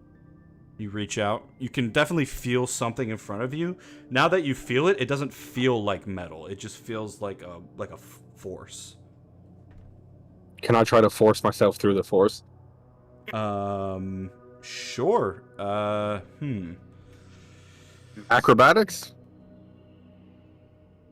Give me a wisdom saving throw. Okay. Oh, 19. Okay. So what exactly are you doing? You're just pushing your face forward, or... I'm pushing my hand first. Alright, so you put one of your hands out and start pushing forward. You can definitely feel that something is pushing back on you. There's some form of, force that is pushing back, but you sort of like break through it, and then suddenly you can like feel something. You don't see anything, but you feel like cloak or like cloth or something. I grab it. All right, you grab it. You have it in your hand. I use it to sort of like pull the rest of myself out. All right, give me a athletics check. Don't fail me now, dice. 7. All right, so you start pulling forward, and then you can feel like another hand like smack your hand really hard, and you don't pull back, but you're no longer grabbing onto the cloth. All right. Since it doesn't seem to hurt me, I guess I will just force the rest of my body through it without pulling onto anything. All right, you start. All right, give me another wisdom saving throw. 7. All right, you try. You're trying your best to pull yourself forward, but the force is too much. You just can't. You're just not quite strong enough to pull yourself out from wherever you are. Do it again. All right. Some time goes by. You let yourself heal a little bit from the feeling. 16. All right. So this time, when you pull yourself through, you can feel you're grabbing onto something. There's like stone or something. You're grabbing onto it, using your claws, pulling yourself forward. You're just trying to force yourself through. And then suddenly there's like a pop, like a magical pop sound. And next thing you know, you're lying on the ground of some sort of stone room that you're inside. And everything around you seems bigger than it usually is. Like there's a cabinet that just seems huge. There's a table next to you that you look like you could run under it like a little kid. And above you, standing over you, you see one of the turkey assassins, but he is now like 10 times your size as he looks down on you. How the hell did you do that? Bonus action hide. Roll your hide. He's going to try to grab you as you do that. 11. All right, he just picks you up, and he's holding you in his hands. You are like a doll size to him, and you can see the container that he had on his back is lying on the ground, and it's open. Sort of, you somehow managed to open it, and he's just like, "Oh, you are, Erebus. You are an asshole for that. You don't respect the code at all. I caught you fair and square." Can I tell if this is the same one who knocked me unconscious? You can do like an intelligence or insight, maybe. Insight is probably best. Yeah, it's 7. I mean, they all kind of look the same. What do you mean they all look the same? In a fight against someone who can't use magic, you decide to use it, and you think the fight's fair? It's never fair. That's what the thieves' code says. Does it? You've ruined the box now. Pull out your copy of the thieves' code and let's see what it actually says. He starts fumbling for like papers in his pocket. Just give me a second, you little bitch. Is he pulls like? out- Am I like standing on his hand, or is he like grabbing me? He's got like his fist around you, like he's holding an ice cream cone or something. Can I use my acrobatics to like just push myself out of his hand and then? Yeah, give me an acrobatics roll. This. Oh well, there goes my dice off the table. Hell yeah. 13. So you got a natural 1. So you sort of push yourself. Which direction are you going? You're going down? I'm pretty high up, aren't I? Yeah, you're quite high up. No, then I'm going up. All right, you push yourself on top of his hand. He sort of looks at you as he's fumbling for his thieves' code papers. What do you do? I just sort of stand there. I mean, he would definitely try to do something if I ran up his arm and then clawed my way down his body to the floor, right? That's true. He's like, "Oh, you're so annoying." He finally pulls out a little book. All right, I think it's page, what is it, 58? Do you remember? Oh, give me a moment. Let me just roll 2 dice together. 107, I believe. Oh yeah, there it is.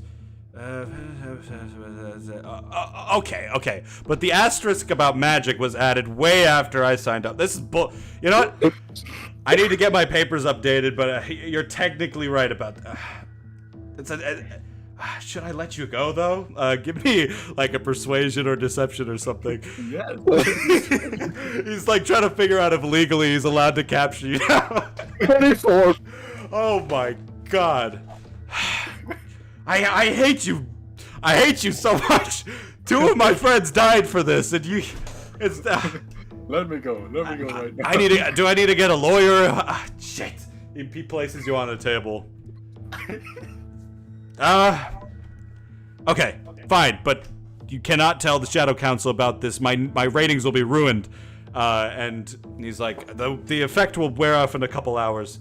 You're not gonna tell anyone about this, are you? Look, I respect you. You got your little stealth thing going on. I won't even tell anyone you're here on this planet. That's good. I would hate to leave an angry Yelp review on Assassin's Creed. Thievescode.com. Thievescode.com. Yeah, no, don't do that. And you know what? I didn't even see you. Here, and he holds out a note to you. I don't know why they're after you, but just take this. I take the note. It's very huge in your hands. It's like holding like a paper map. And it says, Erebus, Blackford, Tabaxi, on Zocral Prime, do it during the day, for shadows are his ally. And the turkey begins like grabbing some of his things. You can keep the case too, that thing's expensive, but I don't even want to be seen near it anymore. He like picks up some of his stuff. We good? We're good. Okay, I'm sorry, man. I respect your game. I really do. It's just it was a job. And he begins walking towards the door. As he does that, as he reaches out to grab onto the door handle, it gets punched in. The door slams into his I like face. quickly, like, I go into the shadows. Like they said, it's my ally. Yeah, you just, and it's easy because you're so small, no one would expect you. And suddenly you sort of peek out and see 17 for my hide. Oh yeah. Yeah, you see the heavily armored Diamond Knight in the doorway, and the turkey's like, no, please, and he just grabs onto the turkey. Where's the cat? He's I still can't believe it. I'm just like, man, you cheated the rule, man. I love D&D, man. He's like, technically the capture was not legal because of the rule, and then the orc just puts his hand over the turkey's mouth. Shut the fuck up. And he begins looking around the room, holding the turkey by his mouth. Tabaxi, are you in here? He pushes over like a table. I do like perception to see if like this is like if I reveal myself, this will end well for me, or if I reveal myself, I'm about to die type situation. Yeah, insight to see, to read this creature. Although you can't see his face, so it's slightly more difficult. 13. I mean, he's one of like the police. He might just be doing his job, but you don't know. You don't have any context. He pushes over a locker, kicks it over. I hope he wasn't inside that. I should have looked inside first. He opens the locker. The turkey's like grabbing onto his hand. I guess I step forward, honor among thieves and all that shit. You step forward. You're so stealthy, he doesn't notice you on the table. He's still pushing stuff over. He like knocks over a pan. I do that cough, like in game. He looks. Oh, what? I thought it was a tabaxi, not an actual cat. I am a tabaxi. Magic does strange things to people. The turkey is like slamming his fist on this guy's armored gauntlet, trying to get free. This man, he's the one who rescued me. He was not involved in my capture. What? I was told that there was a turkey assassin who had kidnapped you. This is not him? Yes. Are you racially profiling all Aerocopteras that look like turkeys, my friend? Give you a deception check. Sorry, I have to figure out where deception is on this. Oh, okay. 17. Oh, you got a 16. He just places the turkey slowly on the floor. I guess I'm not racially profiling you. Please leave, citizen. And the turkey like gets up. He like thanks you silently on the way out and just runs out the door. What even is this place? He looks around. Is there in like some sort of stone room with like a small kitchen area?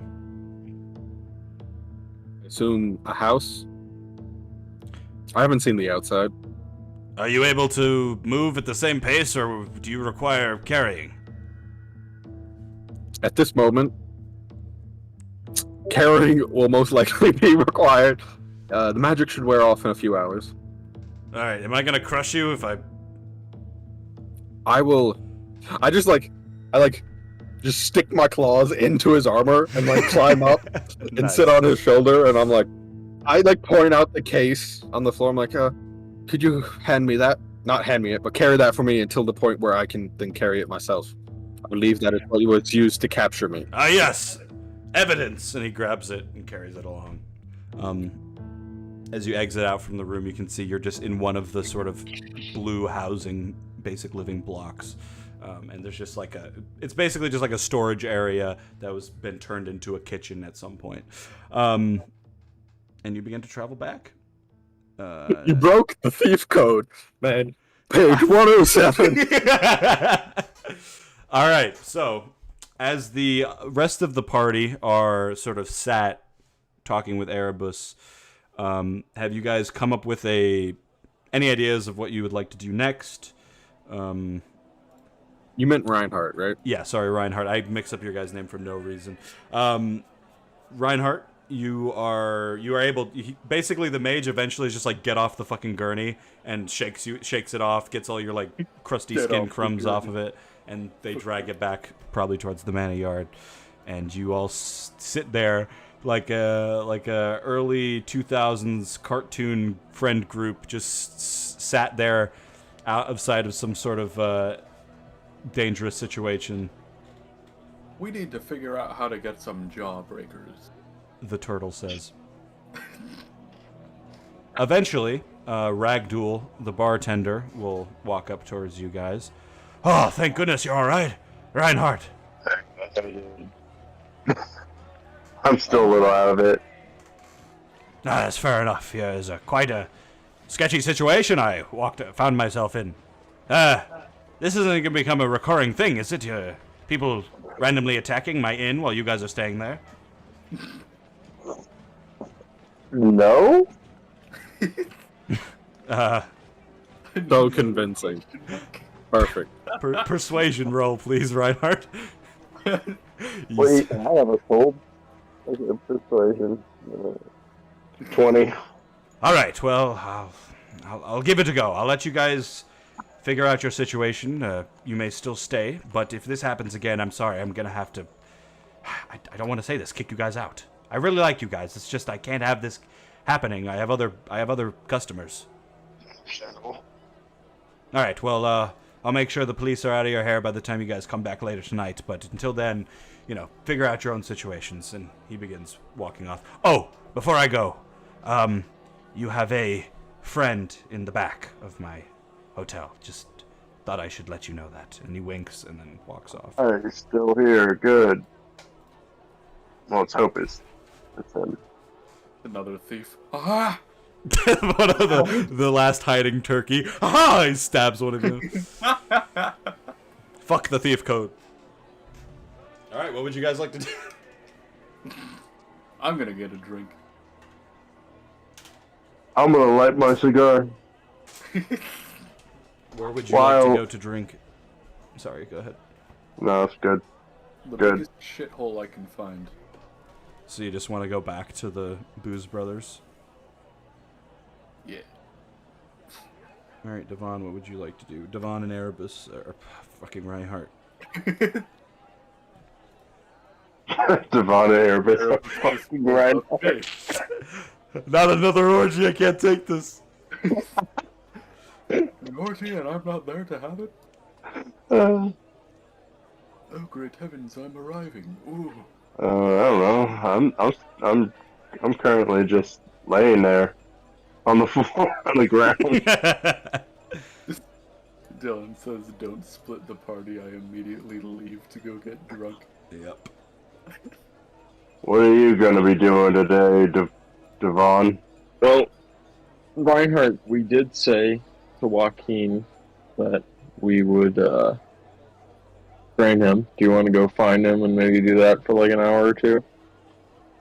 You know what? That's a good idea. Of course, we don't know where Erebus is, so we'll just... Oh, wait. Before we go, let's go check on Alduin. See if that is him in the back of the tavern. Tavern? Inn. See if he's all right. Oh, yeah. See if we can take that cloak off of him. Probably the best course of action. Okay, you guys head back towards the Spotless crew. Looking inside, you can see Jamal and the Goliath Diamond Knight are chatting. You can see the body of the turkey and one of them handcuffed, sort of chained now to the wall. And you see Ragdool behind the counter, wiping up, looking at the Diamond Knights, and then you notice as you guys, like, We tell him we're gonna go check on our friend in the back. are you just saying that out loud? Yes, saying that to him out loud. Okay, you walk up to Ragdool and say, we're gonna go check on our friend in the back, and the two Diamond Knights sort of look over. What friend? Oh, you're not allowed to have friends here. I just freeze like. What is he talking about, Ragdool? The orc says. The orc will actually, Jamal actually looks at Devon, not saying anything to him, but just like sort of looking at him to see what he has to say. Oh, we have one of our compatriots that, we need to see in the back, and we were kind of worried about them, so, I don't know, just checking up on them, make sure they're all good. Were they involved in the combat? I just take a puff of my fucking cigar. I'm just like, I'm too old for this shit. What's up to you, poke? what? It's just like, what? The Goliath says, you were spoken to. Sorry, bro. I was attacked, like, recently. I'm completely out of it. Well, she says, well, you wouldn't mind if we meet your friend then, would you? Jamal sort of looks at her, squinting her eyes like, doesn't seem necessary, but... Oh well, what do you all say? I look at Devon. I'm just like, what do you think? You think it's good? I don't really see any problem with that, to be honest. I don't see any problem either. This whole time, Erebus has been trying to keep him secret. I'm like, yeah, I don't care. You can see. Yeah, you can see the Ragdool is not a good actor. He is sweating. His face is completely red, like looking at you two, like, what is going on? You paid me to keep him quiet. And the Goliath is like, all right, great. Ragdool, the key, please. He just, okay. Though, wait, I do have to say, though, friends, is I was a little taken aback by this incurrence that occurred on this other part of the stage. Can I try a deception check just to see if I can put them off of that for a while? Sure. I don't think that you can, properly go and investigate this while the crime scene is still, developing. And, Sure, you give me a deception. what's my time screen? Right here. That is a 11. Okay, so you say this. You can see there's a look on Jamal's face when you say this that he doesn't necessarily believe you, but he has clocked that you're for some reason trying to, get them to not look inside the back room. And as that happened, Nari's like, well, this is part of the scene. If the combat is going on and this person was involved, perhaps they have information. And then Jamal puts his hand on her shoulder. Nari, this is not our place. We must continue to look for Erebus. What? You said yourself you were interested. Yes, I have changed my mind. Now do as I say. She looks pissed, but... All right. And she begins to walk off back outside. And Jamal just stands there, hands on his hips. You've got 5 minutes. And then he also walks out. And the door closes. Ragdool. Oh god, what is wrong with... He pulls out the key. Quickly, just get him out of there. I think in my head, he fucking bailed me out. Jamal's the fucking homie. I gotta thank that guy later. Like, damn. Fucking covered for me. Covered for us. Covered for the crew. Orcs must stick together. Oh. Alright, let's go upstairs, Reinhardt. We gotta get him out of here. Maybe take the back door. We have him with us? I thought he was in the back room, not Yeah, upstairs. he's in the back room, on the floor that you guys. No, I mean like exit through the back door or whatever. Okay, gotcha. Yeah, we should exit through the back. You walk up to the door, you use the key, it unlocks, you open it up. You can see like a storage area with where Ragdool keeps the mead and all that. There's, linen sheets for people who need to change their bed. You can see towels, and then there's like a back corner area behind that's very cobwebby that clearly has Ragdool and some of his employees have been playing poker back there. And you can just see Alduin sat on a chair that's far too small for him, just sort of looking. He sees you. Oh, my companions! I must say, he looks at Devon, then looks towards Reinhardt. Can we trust this orc? Yes. He is a good friend. Well, if this man who tried to save my life says I can trust you, then I can trust you. Why am I back here? Why do you hide me? What is this? What do you think? Why do we hide him?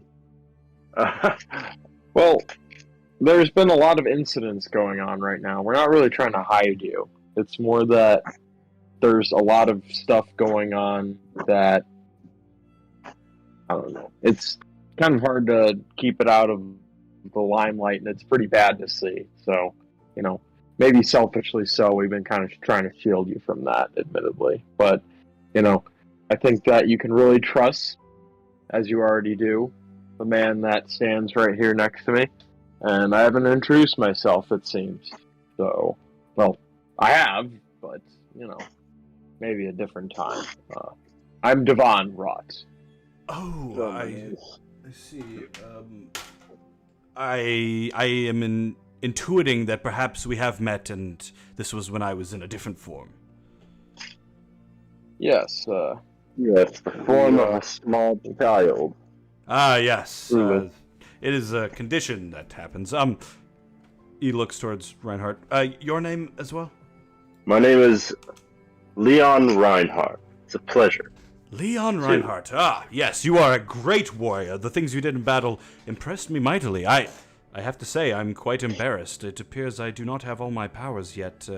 Maybe there's more I need to learn before I get my full form back. I am Cheros, the Prince of Dragons. And he puts his hands out either side and sort of basks in the fake glory in his head, the applause. You should know who I am, but I'm picking up on the fact that you people don't. I'm confused by this, but clearly it has something to do with the century I have been away. If I had to guess, realize you've you've been been gone alive 1,000. for a very long time. Yes, well, we had some issues with Hadraxel last time. There was some unexpected consequences of us trying to defeat him, and clearly something went wrong, and he is not defeated, so I am back. I got the call from someone within a church somewhere, and they, using the messages we sent out, did some sort of ritual that brought me here, and I assumed that I would meet them as soon as I arrived, but no, I think I died. Which would explain why I was a child. But then I thought it was you, Reinhardt, and your cat friend, the Tabaxi, but he seemingly thought I was someone else, and that's how I knew that you did not recognize me. And he taps his head. We actually found you in a tomb, kind of. A tomb? It was more like you were locked in a box, and we freed you. As you say, locked in a box. The heavily armored Diamond Knight with small little Erebus on his shoulder arrives at the front of the spotless crew, says something to Jamal. Erebus, you can hear him say, just like, "Look what I found! Look at him, he's so small and stuff!" And Jamal's like, you're not usually like that, are you? Indeed, I am not. All right. Your friends are inside. I let them have a moment to themselves for something. I'm not quite sure, but just how about you head inside and let them know that they need to get out of here now. This is a crime scene. All right. I immediately start like crawling down this dude's armor. Just Yeah, and he's like really gentle with you. He slowly lowers his hands so you can just run off it like a landing strip. And you start, tiny little doll Erebus starts running inside the inn. do my full 120 feet, but now it's like Yeah. 120 centimeters. Yeah, you're so small, Ragdoll doesn't even notice you, and you can see the doors slightly open at the back. I duck in. Yeah, you run inside. You can hear now this conversation going on. Yes, but I sent something after the combat. There was some specter around me. No one else could see him. The dwarves said he doesn't exist. I was going mad. But I promise you, this is. I believe this to be the messenger that requested my presence. I'm connected to him somehow. Tiny little Erebus runs under their feet. Dude, I'm gonna roll my stealth to see if they notice me. Okay. Starts tickling. 11. So I'm not trying very hard, but I'm still. Oh, you're back. Oh, you're small. Indeed. They used some sort of magic device to capture me, but they didn't count on me just forcing my way out. And for RP reasons, obviously imagine his voice is much higher than it usually is. Oh, this is strange magic. We were just discussing my great victory over the turkeys. Your victory. Yes. Oh, well, I managed to strangle one of them into submission, and the police apparently have taken them, but I've not been able to see any of this. I've not been able to celebrate my victory. I've been hiding back here like a little baby boy. Oh, Yes. sorry. What? Just because I'm small, you think I'm a baby now? How heightest are you? I apologize. I did not mean offense, but I need to get out into the world. I have an enemy to vanquish. Yes, and you announcing yourself to the world will make your progress at remaining hidden before you strike your final enemy. Hidden? Why would I remain hidden? I have a war to stop. You understand? There is no war currently happening. Listen, clearly there is something that yeah, you people are holding back from me or something, but just say it to me. Say to my face what you're thinking. Everyone, right now, quickly, look at my face and tell me the first thing you think. He points at his face. God, he's so. The war is over. It is much bigger when I am this size. That's fair. We have the most pressing concerns right now. My friend, I don't even know what to call you. We called your child form Alduin. What is your actual name? I am Cheros, Prince of Dragons. He puts his hands out again, pulls his head back as he hears applause in his own mind, and then stops. Cheros. I hate to inform you, you are of a species that no one in this galaxy knows. Most likely thing any government is going to do is capture you and dissect you to figure out what the fuck you are. Oh, that sounds bad. We literally already rescued you from a research facility where they were researching you. They were researching me what? Who you were, what the equipment you brought with you was, just about anything. What you No are. one knows who you are, or any of this stuff about Hydroxyl and this secret war you guys have been fighting for millennia. There's no record of any of it anywhere in this galaxy. Interesting. So, you don't know who I am, you don't know who Hydraxel is, you don't remember my siblings. Tell me, does the name Kaldrith Jarciar mean anything to you? Does it? Can I do a history check to see if it means anything to me? Yeah, any of you can. Nah. Oh, Nope, that's a 6, so a 7. No, it does.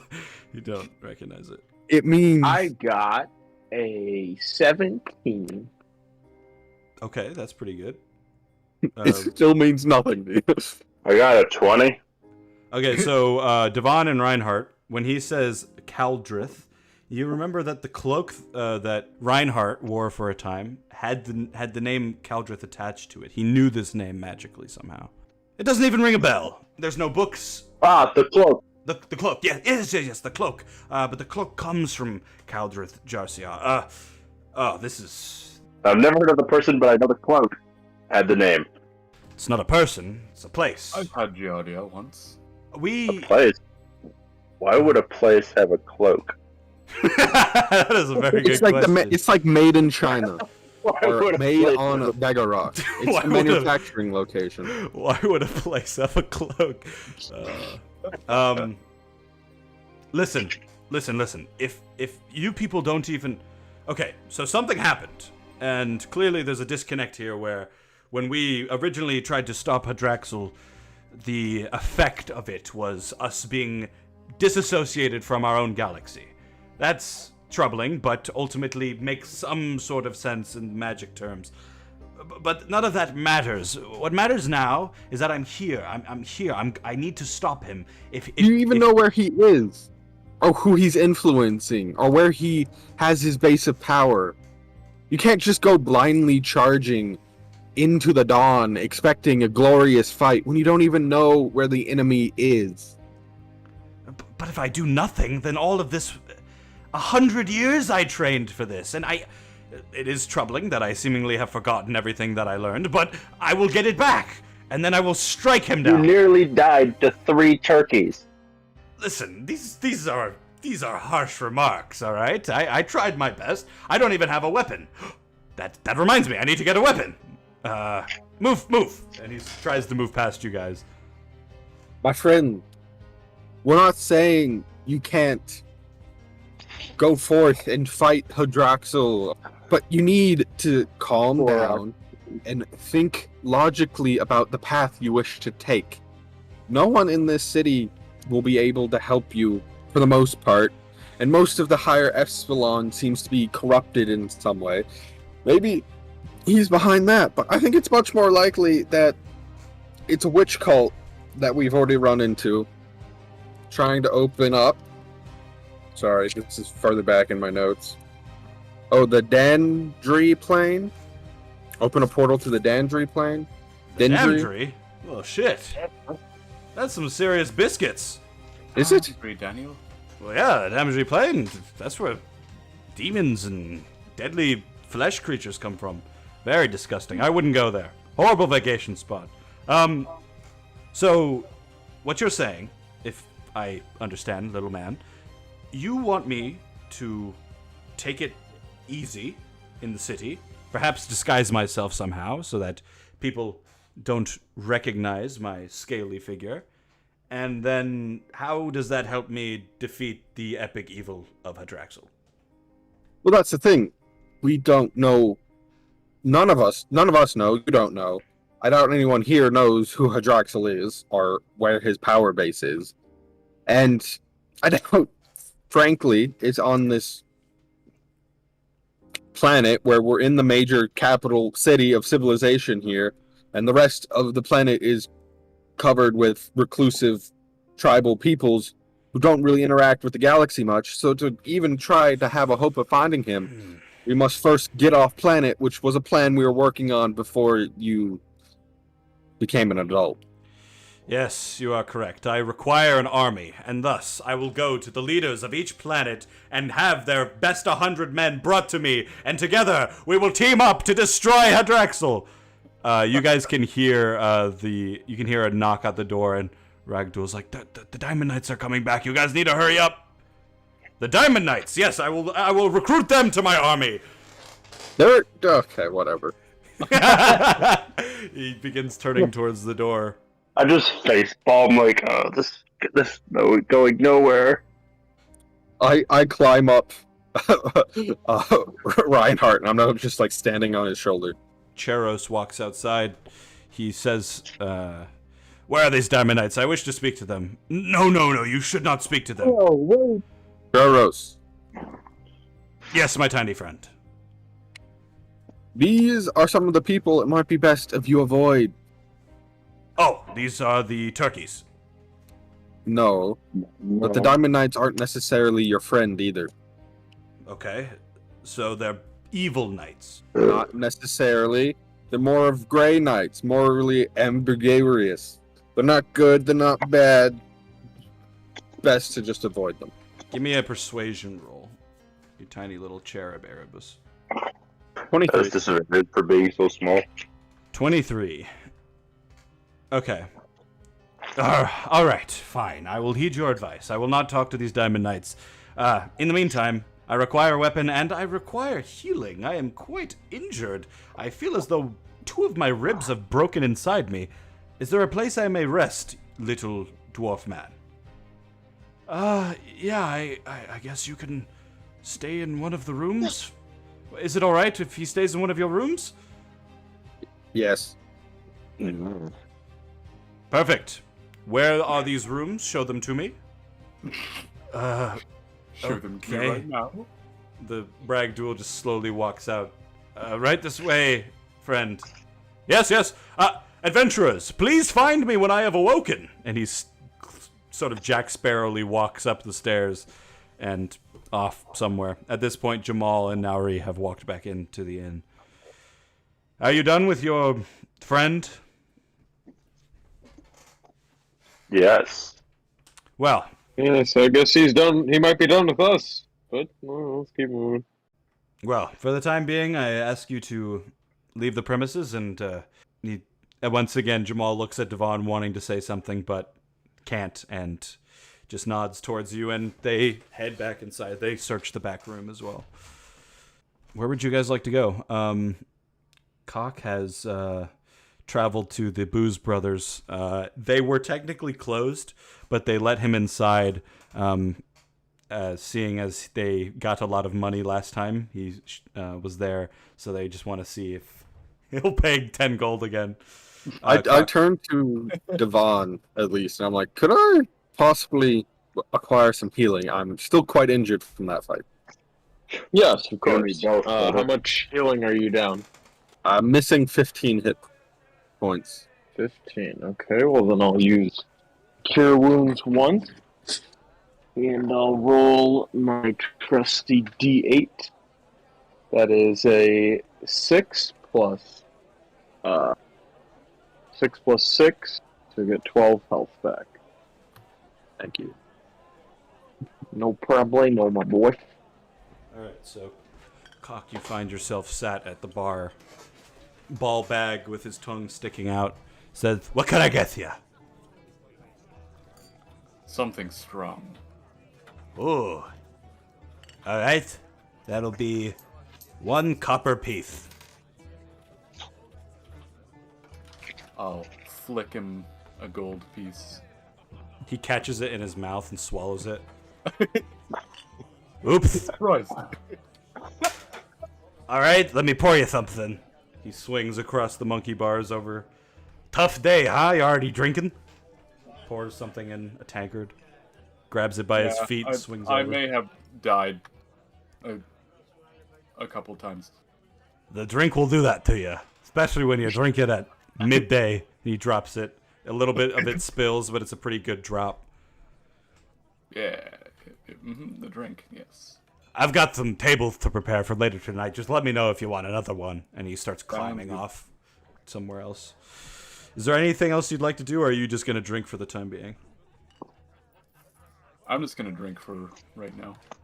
All right, you drink. I'll drink with Cock.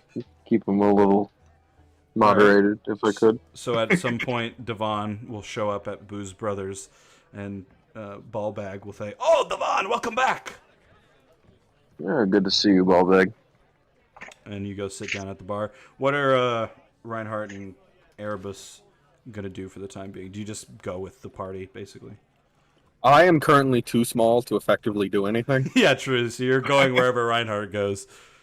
But I will, if we go and sit at the bar, I will take however long we're there and however long I have left with this smaller form to just use my disguise kit to completely transform myself into from this all black stealth cat into being like blood red and change myself so I don't look like Erebus anymore. Okay. And then I will change who I am. Okay, so basically, you guys all go hang out at Booze Brothers, and they let you in just because they know Devon and all that. So you guys chill there for a couple hours. About 3 hours go by, and eventually Erebus pops back into his normal form. He's like sat up on the counter because he was a little. Before the 3 hours pass, I asked the ball bag if I am allowed to smoke in here. Yeah, you're allowed to smoke in here. All right, then I'm just gonna smoke the entire 3 hours. All right. I have lungs of steel. Reinhardt's trying to find different ways to die. So yeah, those 3 hours go by. Eventually, the goblins will let Erebus go into like a back room where there's like a mirror and a sink, and you can basically change the way you look in like a character creation style scenario. Oh, instead of being like all black, I'm now like blood red. My eyes, which were once like cat yellow, are now like an orange. Like I'm a completely new. I like walk out, and your guys are like, "That's not the same person who walked in there." Yeah, a new tabaxi walks out. Oh, Hello. very cool. And I'm like, I'm set now, guys. All right, different person entirely. We're getting deep into the deception here. All right, you guys. Hard to chill keep at the up bar. because your name was set right for the tournament. Yeah, so I'm now set. You guys can all take a short rest, by the way. I'm not thinking of that. 5 HP. Also, at some point, I'm going to leave to go to the meeting. Yeah. So yeah, it's about that time. I'm gonna see if Reggie's still at the church. All right. Cock just walks Boom. out. I have now changed my name on D&D Beyond and the roll 20. Well, y'all. I'm now fully myself, right? Yes, you are back to normal. Besides the changes you made. And they never interviewed me for the crime, right? Nope. I wonder if I could use that as an excuse to get into the Diamond Barracks to search for Maddie Winters. Interesting. I turned to Reinhardt and I'm like, "You want to help me with trying to find Maddie?" Yeah, sounds fun. Sounds like something to do while we wait for the tournament tomorrow. Yeah, you guys have a couple hours before bed. It's about dinner time, so even the sun hasn't gone down yet. So that's what you want Over to do. to the barracks. All right, so we'll start with Cock, who heads towards the Temple of Udon. The streets, as you walk by down the main road, are very shaky. You can tell that there's people that are not very happy. There's actually at one point near the market where the attack originally happened, there's a bit of a protest going on where you can hear people saying, "Down with Dayron! Down with Dayron!" They're holding like signs and stuff. But you walk past it, heading towards the temple. You see the shrubbery out front. There's not many people here. There's maybe one person having sort of a solo picnic. And then inside, you just hear sort of ethereal singing. I will head on in. All right, you head on in. You have to open the door yourself. You step inside, and you can see two of the priests at the front are doing some sort of hand signal towards each other as this song plays out, as they sing the song. And there is nobody sitting down anywhere. It just seems like there's a moment of rest happening. They don't seem to notice you either. Look for an open seat. Yeah, I mean, all the seats are open. Oh yeah.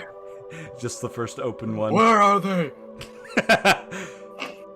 All right, you sit down. You take in this music. It's very beautiful. Female voices combining together to create this melody that I will not even try to recreate. Come on, man. It brings a tear to your eye as you hear it and the stresses of time. Because as far as you know, nothing's been fixed for you. There is this sad realization that you can't really control what's happening. Your whole time worshiping the anomaly has been your choice. You've chosen to do this. But now things are being taken out of your choice and are affecting you health-wise. It's quite striking. And you also get this sense that you have a connection to Alduin, or, you don't know his real name yet. And ever since you've gotten to this planet, the connection has been sort of weak. But something recently has changed, and now almost as you move around, as you're sitting down, there's like moments where you think you see him, and then you look again and he's not there anymore. It's like something is calling out to you, but you can't quite tell what. Eventually, one of the priests will approach you, and she just says, oh, hello, is there something I can help you with? Yes. My elephant woman wouldn't happen to be here, would she? Oh, the Loxodon, Drigi, Weavertail. Yes. Yes, she's in the back with Tezus. Would you like me to go get her for you? Is there something you need delivered? No, I just wanted to make sure that she was alright. There have been a lot of happenings, goings on during the day today, and Yes, Nox Hollow is a very busy place. She has been studying the teachings of Tezus and Udon himself all day, basically. good to know that this is a safe haven, as it were. Yes, we have no wants or needs for violence. Thank you for that. You seem distressed, friend. Is everything all right? Yeah, I died earlier today. That was kind of weird.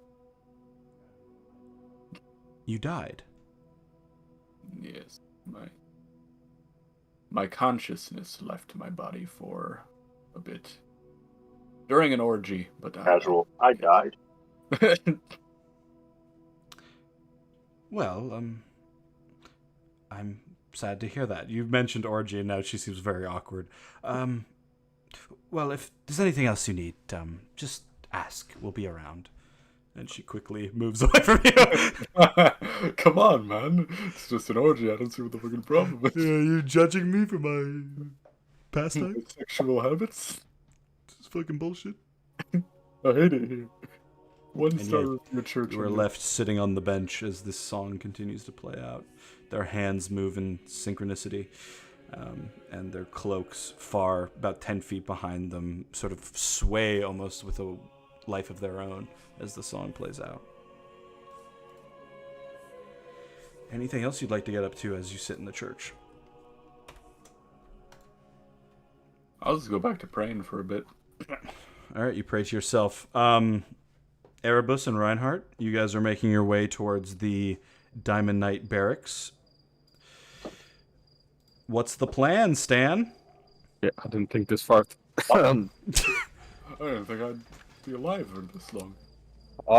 It's sort of the same situation as the previous day. There's no like open windows or anything. There are open windows, but they have like sort of that jail cell effect on them along the building. Yeah, I guess I just go and knock on the door. All right, you walk up Or to the door. Yeah. You knock on it. Eventually, the sort of hole in the door opens up. You see a familiar female human face. Yes? Excuse me, madam. Yes, I was a part of a missing persons case earlier today, and I was never questioned. Is that something I should figure out? You were part of Like- it? What does this mean? I was the missing person, I can't. and no one really questioned me on anything. Oh, all right. And you'd like to turn yourself in for being found? No, I was just wondering if there's any reports they need me to, like, reports I needed to fill out, or if there was any information they wanted before I, forget about it. Right. Why don't you come inside and we'll look and see what we got. You hear the door. There's like 20 different locks Eventually, it swings open. You see this tall, probably 7-foot tall human woman standing there. Just come up to the desk. I'll work it out. She walks behind the counter. Walk up to the desk. All right, both of you step inside. Let's see. What was reported? There was a attack. Oh, at the Spotless Crew.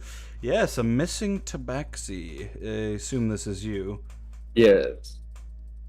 Right, well, I shall check it. You are no longer missing. Although it says here that you were recovered by one of our knights. Perhaps there was a confusion about this? It says here, tiny doll cat. What does that mean? Yes, they captured me using some magic device that I think shrunk me into a containable space about the size. I gestured like a pencil bag that you would use to take to school, right? Yeah. I'm like, they shrunk me down to about this size. The magic has since worn off, and I've regrown to my full 6'5" height, 6'7". I forget. How tall do I make myself? 6'5". Yeah. Oh, it says here that the suspect was helped by a turkey Aarakocra, and that one of our knights racially profiled them. Yes. He immediately assumed that he was one of the turkey Aarakocra who captured me. Oh, well, I apologize for this discretion. It was, yeah, these things happen in large cities. You never know. Especially in a kidnapping situation. You understand. Yes, of course. All right, well, I will mark it off as you being found, my good kitty cat friend. Is there anything else you require? Any information you have that may help us find who did in fact kidnap you? Not really. I mean, I don't know personally why anyone would want to hire 3 assassins to kidnap me. I don't know who I pissed off in my life. Yes, this is very concerning. Perhaps do you owe money to any sort of... Not that I'm aware of. Maybe they think I owe them money. Or maybe I look enough like someone who was actually in their path. As you say that, a door in the hallway you're in closes down the hallway, and you can see the human with the bow is walking out of the door, and he stops. That asshole. Nukes, what's going on here? Who are these people?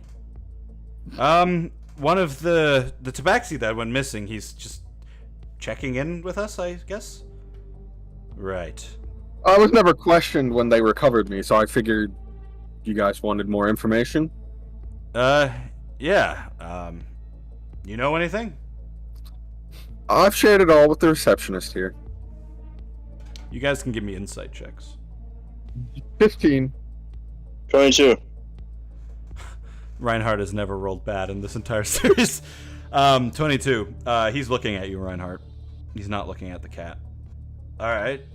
Congrats, you've been found. Anything else you need, or Nukes? Are these guys bothering you, or what's going on here? No, they're just checking in. I think we were wrapping up, actually. All right, well then wrap up. And he's looking dead eyes at Reinhardt as he says this. We have an orgy to get to.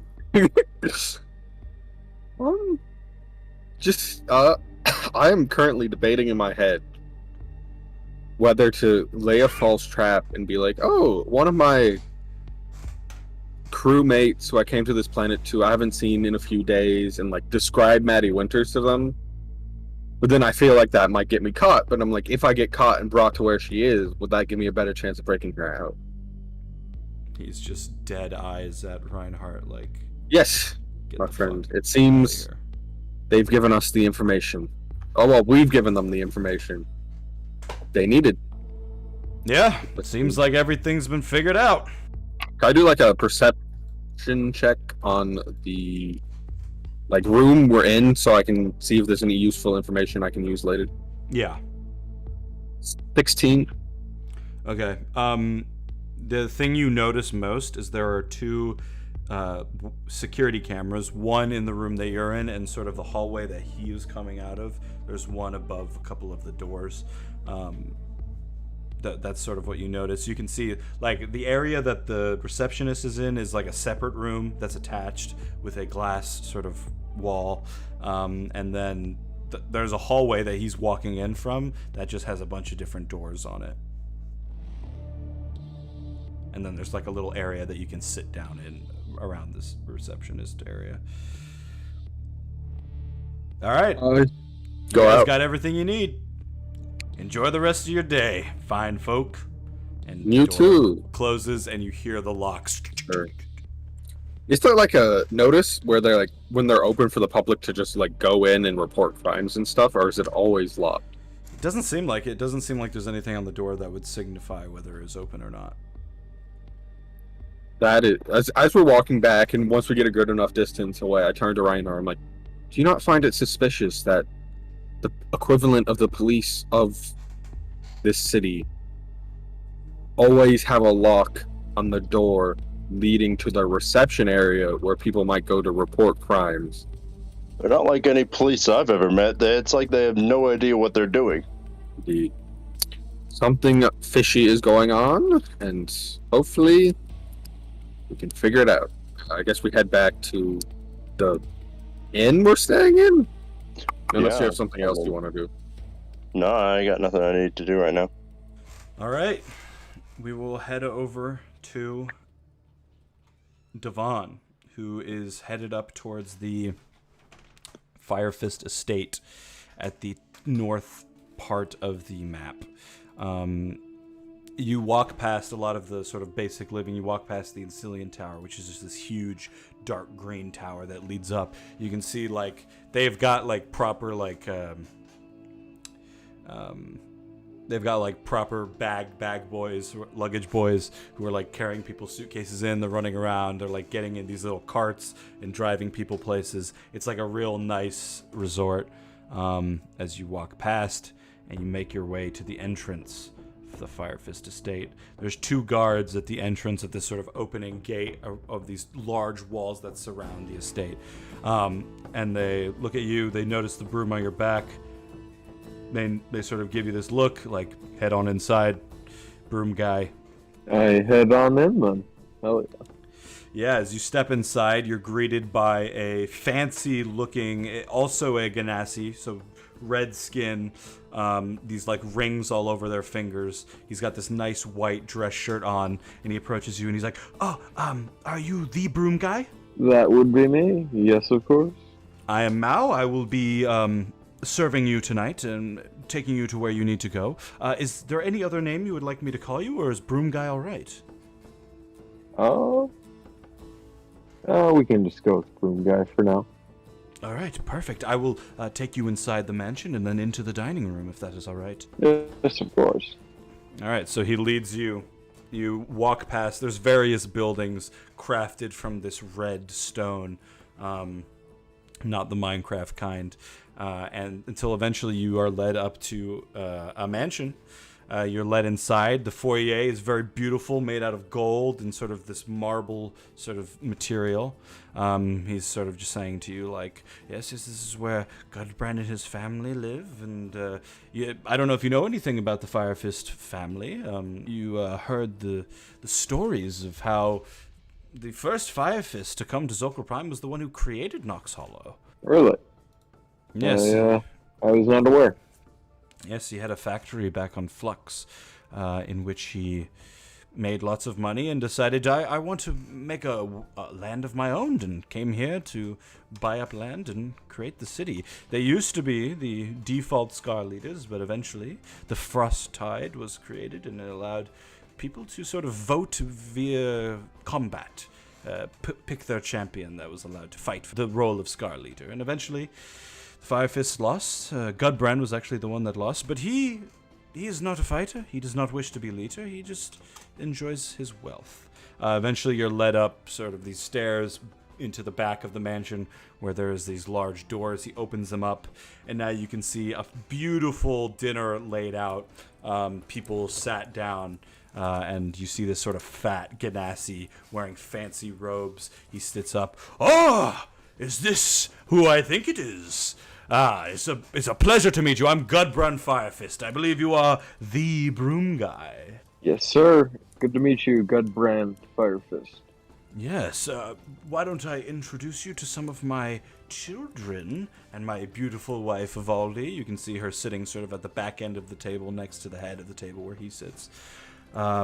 This is my second oldest son, Vorval, a slightly smaller looking child. He just sort of looks at you as he fills his face with food. This is Dorcoria, my first daughter. She just sort of shyly waves at you.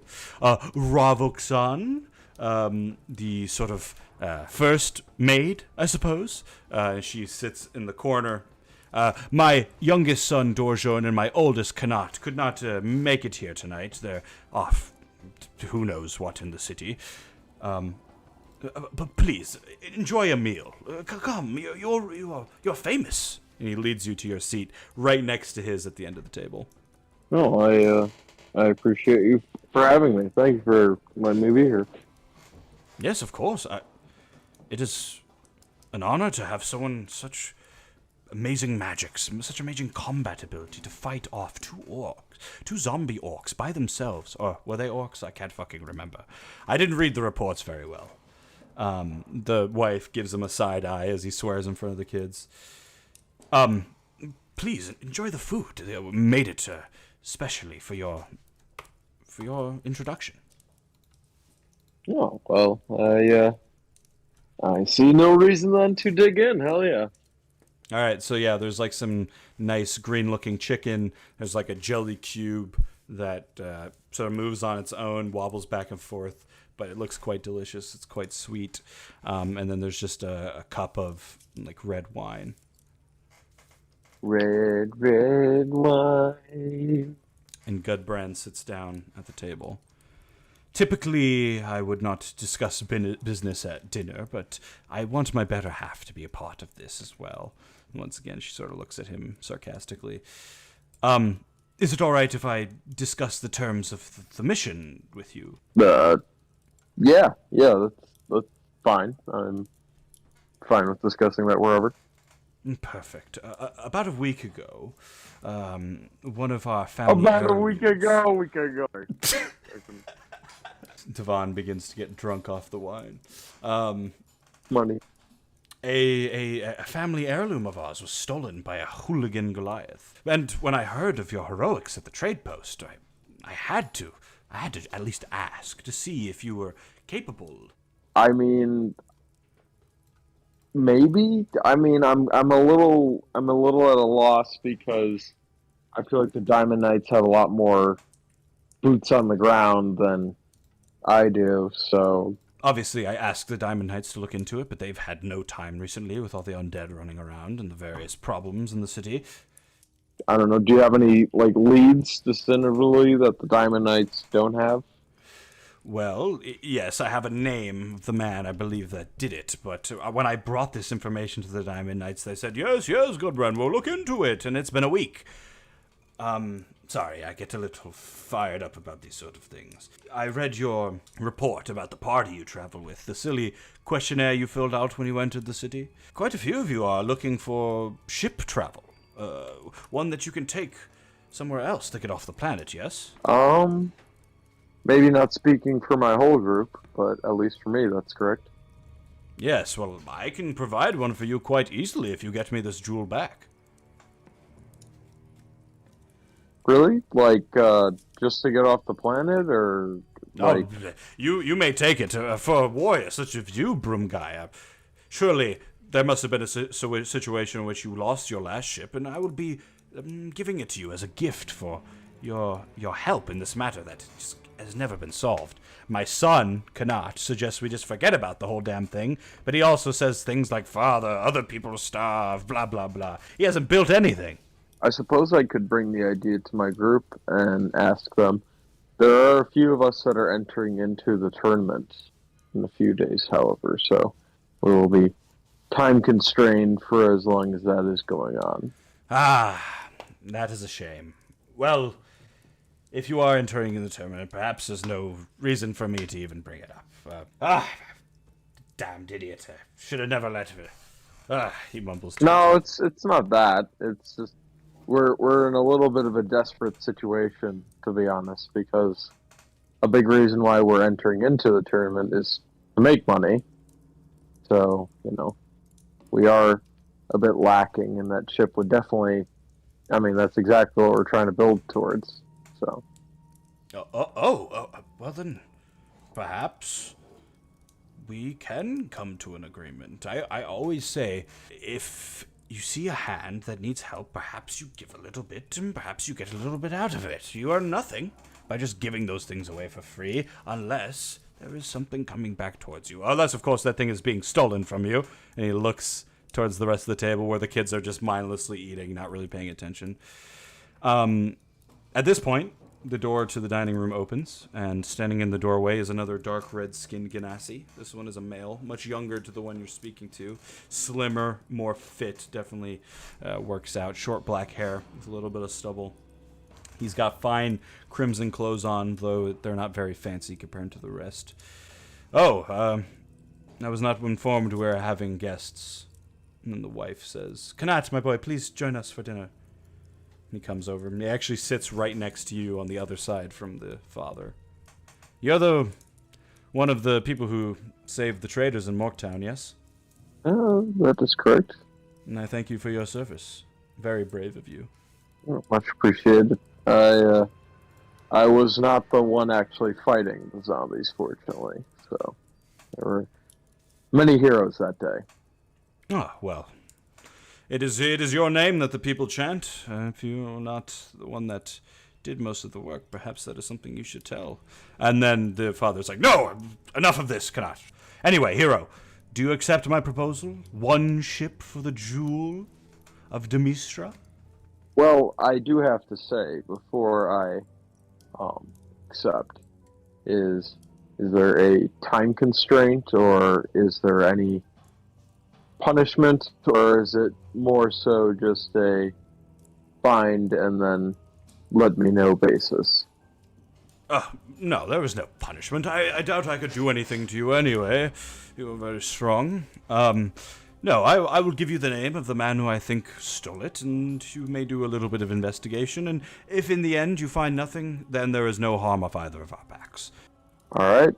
And, two things, crucially to start, is what is the name of that man? And then also, do you have a picture of some sort of the family heirloom?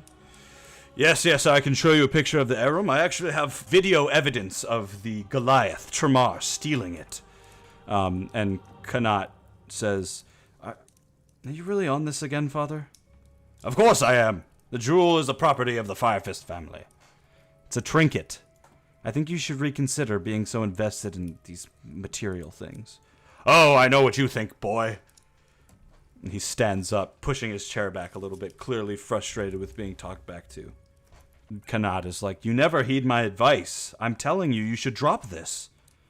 And then the wife is like, both of you, please, not now. We have guests. And she looks at you very apologetically.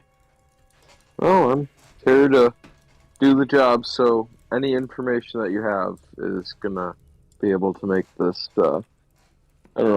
as easier. A name is great, and especially video evidence, so maybe also a picture of the heirloom, just so that I could pass it along to my party members, in case we all search together. Yes, after we are finished eating, I will have one of my servants provide you with the footage and the image you require.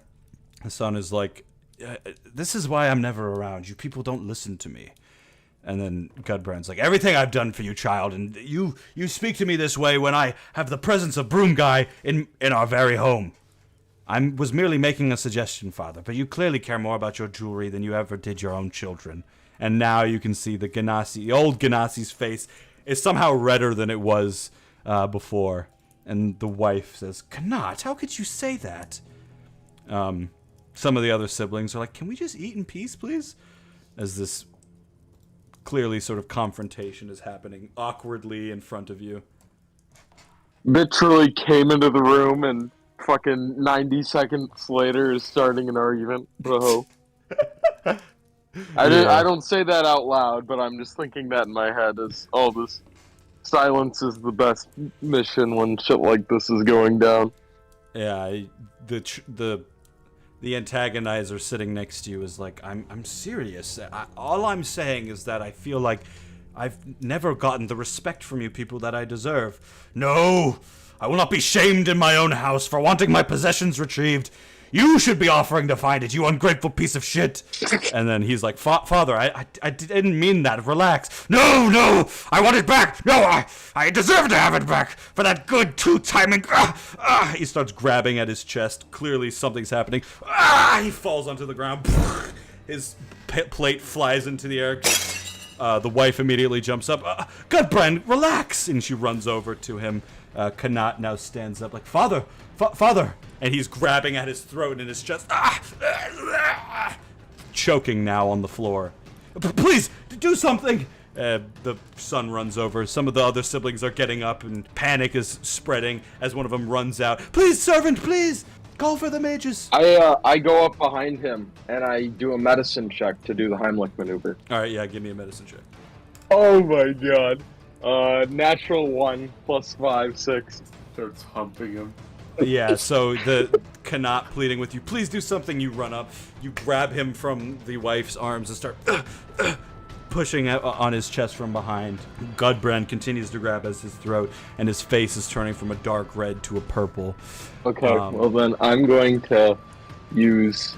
Do you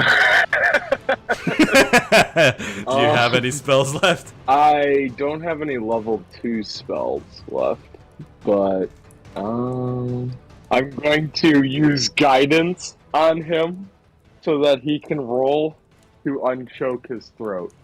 Boom. Okay. That gives him a +4, a D4 to whatever.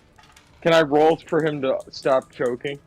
Well, you kind of did with the medicine check. I will say he has advantage because of what you are doing to help him. So Boom. roll Okay. for him. Uh, So yeah, the father continues choking. The son is like, Mother, what do we do? You continue pushing away at his chest. His face is getting purple, and eventually he just stops moving. Alright, I use Spare the Dying on him then. Okay. Keep him stable. Alright, you use Spare the Dying, and you can feel the sort of, his red skin comes back. He looks a little bit more healthy as he lies there. You say these words, the magic comes out of some orifice on your face, and Kanat is just like, oh my god, what the fuck? And yeah, there's a moment of silence in the room. Are you alright, good sir? He's sort of, his eyes are open, he's looking at you, but he doesn't respond. One of the daughters comes back into the room with one of the servants. My lord, what happened? And you can see Mao, the guy who led you in, he runs over. Starts feeling for a pulse. He's stable. Oh god. Everyone's shocked within the room. What happened? The wife's. He was screaming, and then I don't know if it was a heart attack or did he choke on something? Sir, how are you feeling now? Can you say anything to us? His eyes are open. His mouth is slightly open as well. You can see his tongue, but no words come out. The servant immediately gets up, checks the plate, starts looking, seeing if there's anything tampered with. Do you think he was poisoned? I don't know. We need to get the mages. And then the servant Mao runs off somewhere. Please, someone help me! Someone get the mages! As you just hold him in your hands. And that's where we're going to end today's session. Yeah. Alright, thanks for playing, guys. And that was another good session. I really enjoyed that. I'm like, man, you broke the thieves' code. Yeah, that was pretty great. It's like, damn. This is by far the most chaotic session. And this is why we don't split up. Yeah, please don't split up. Yeah, no kidding. Which we just did immediately again. Yep. Yep. It's like we got our own social cliques. Yeah. But no, I mean... Yeah, okay, bye.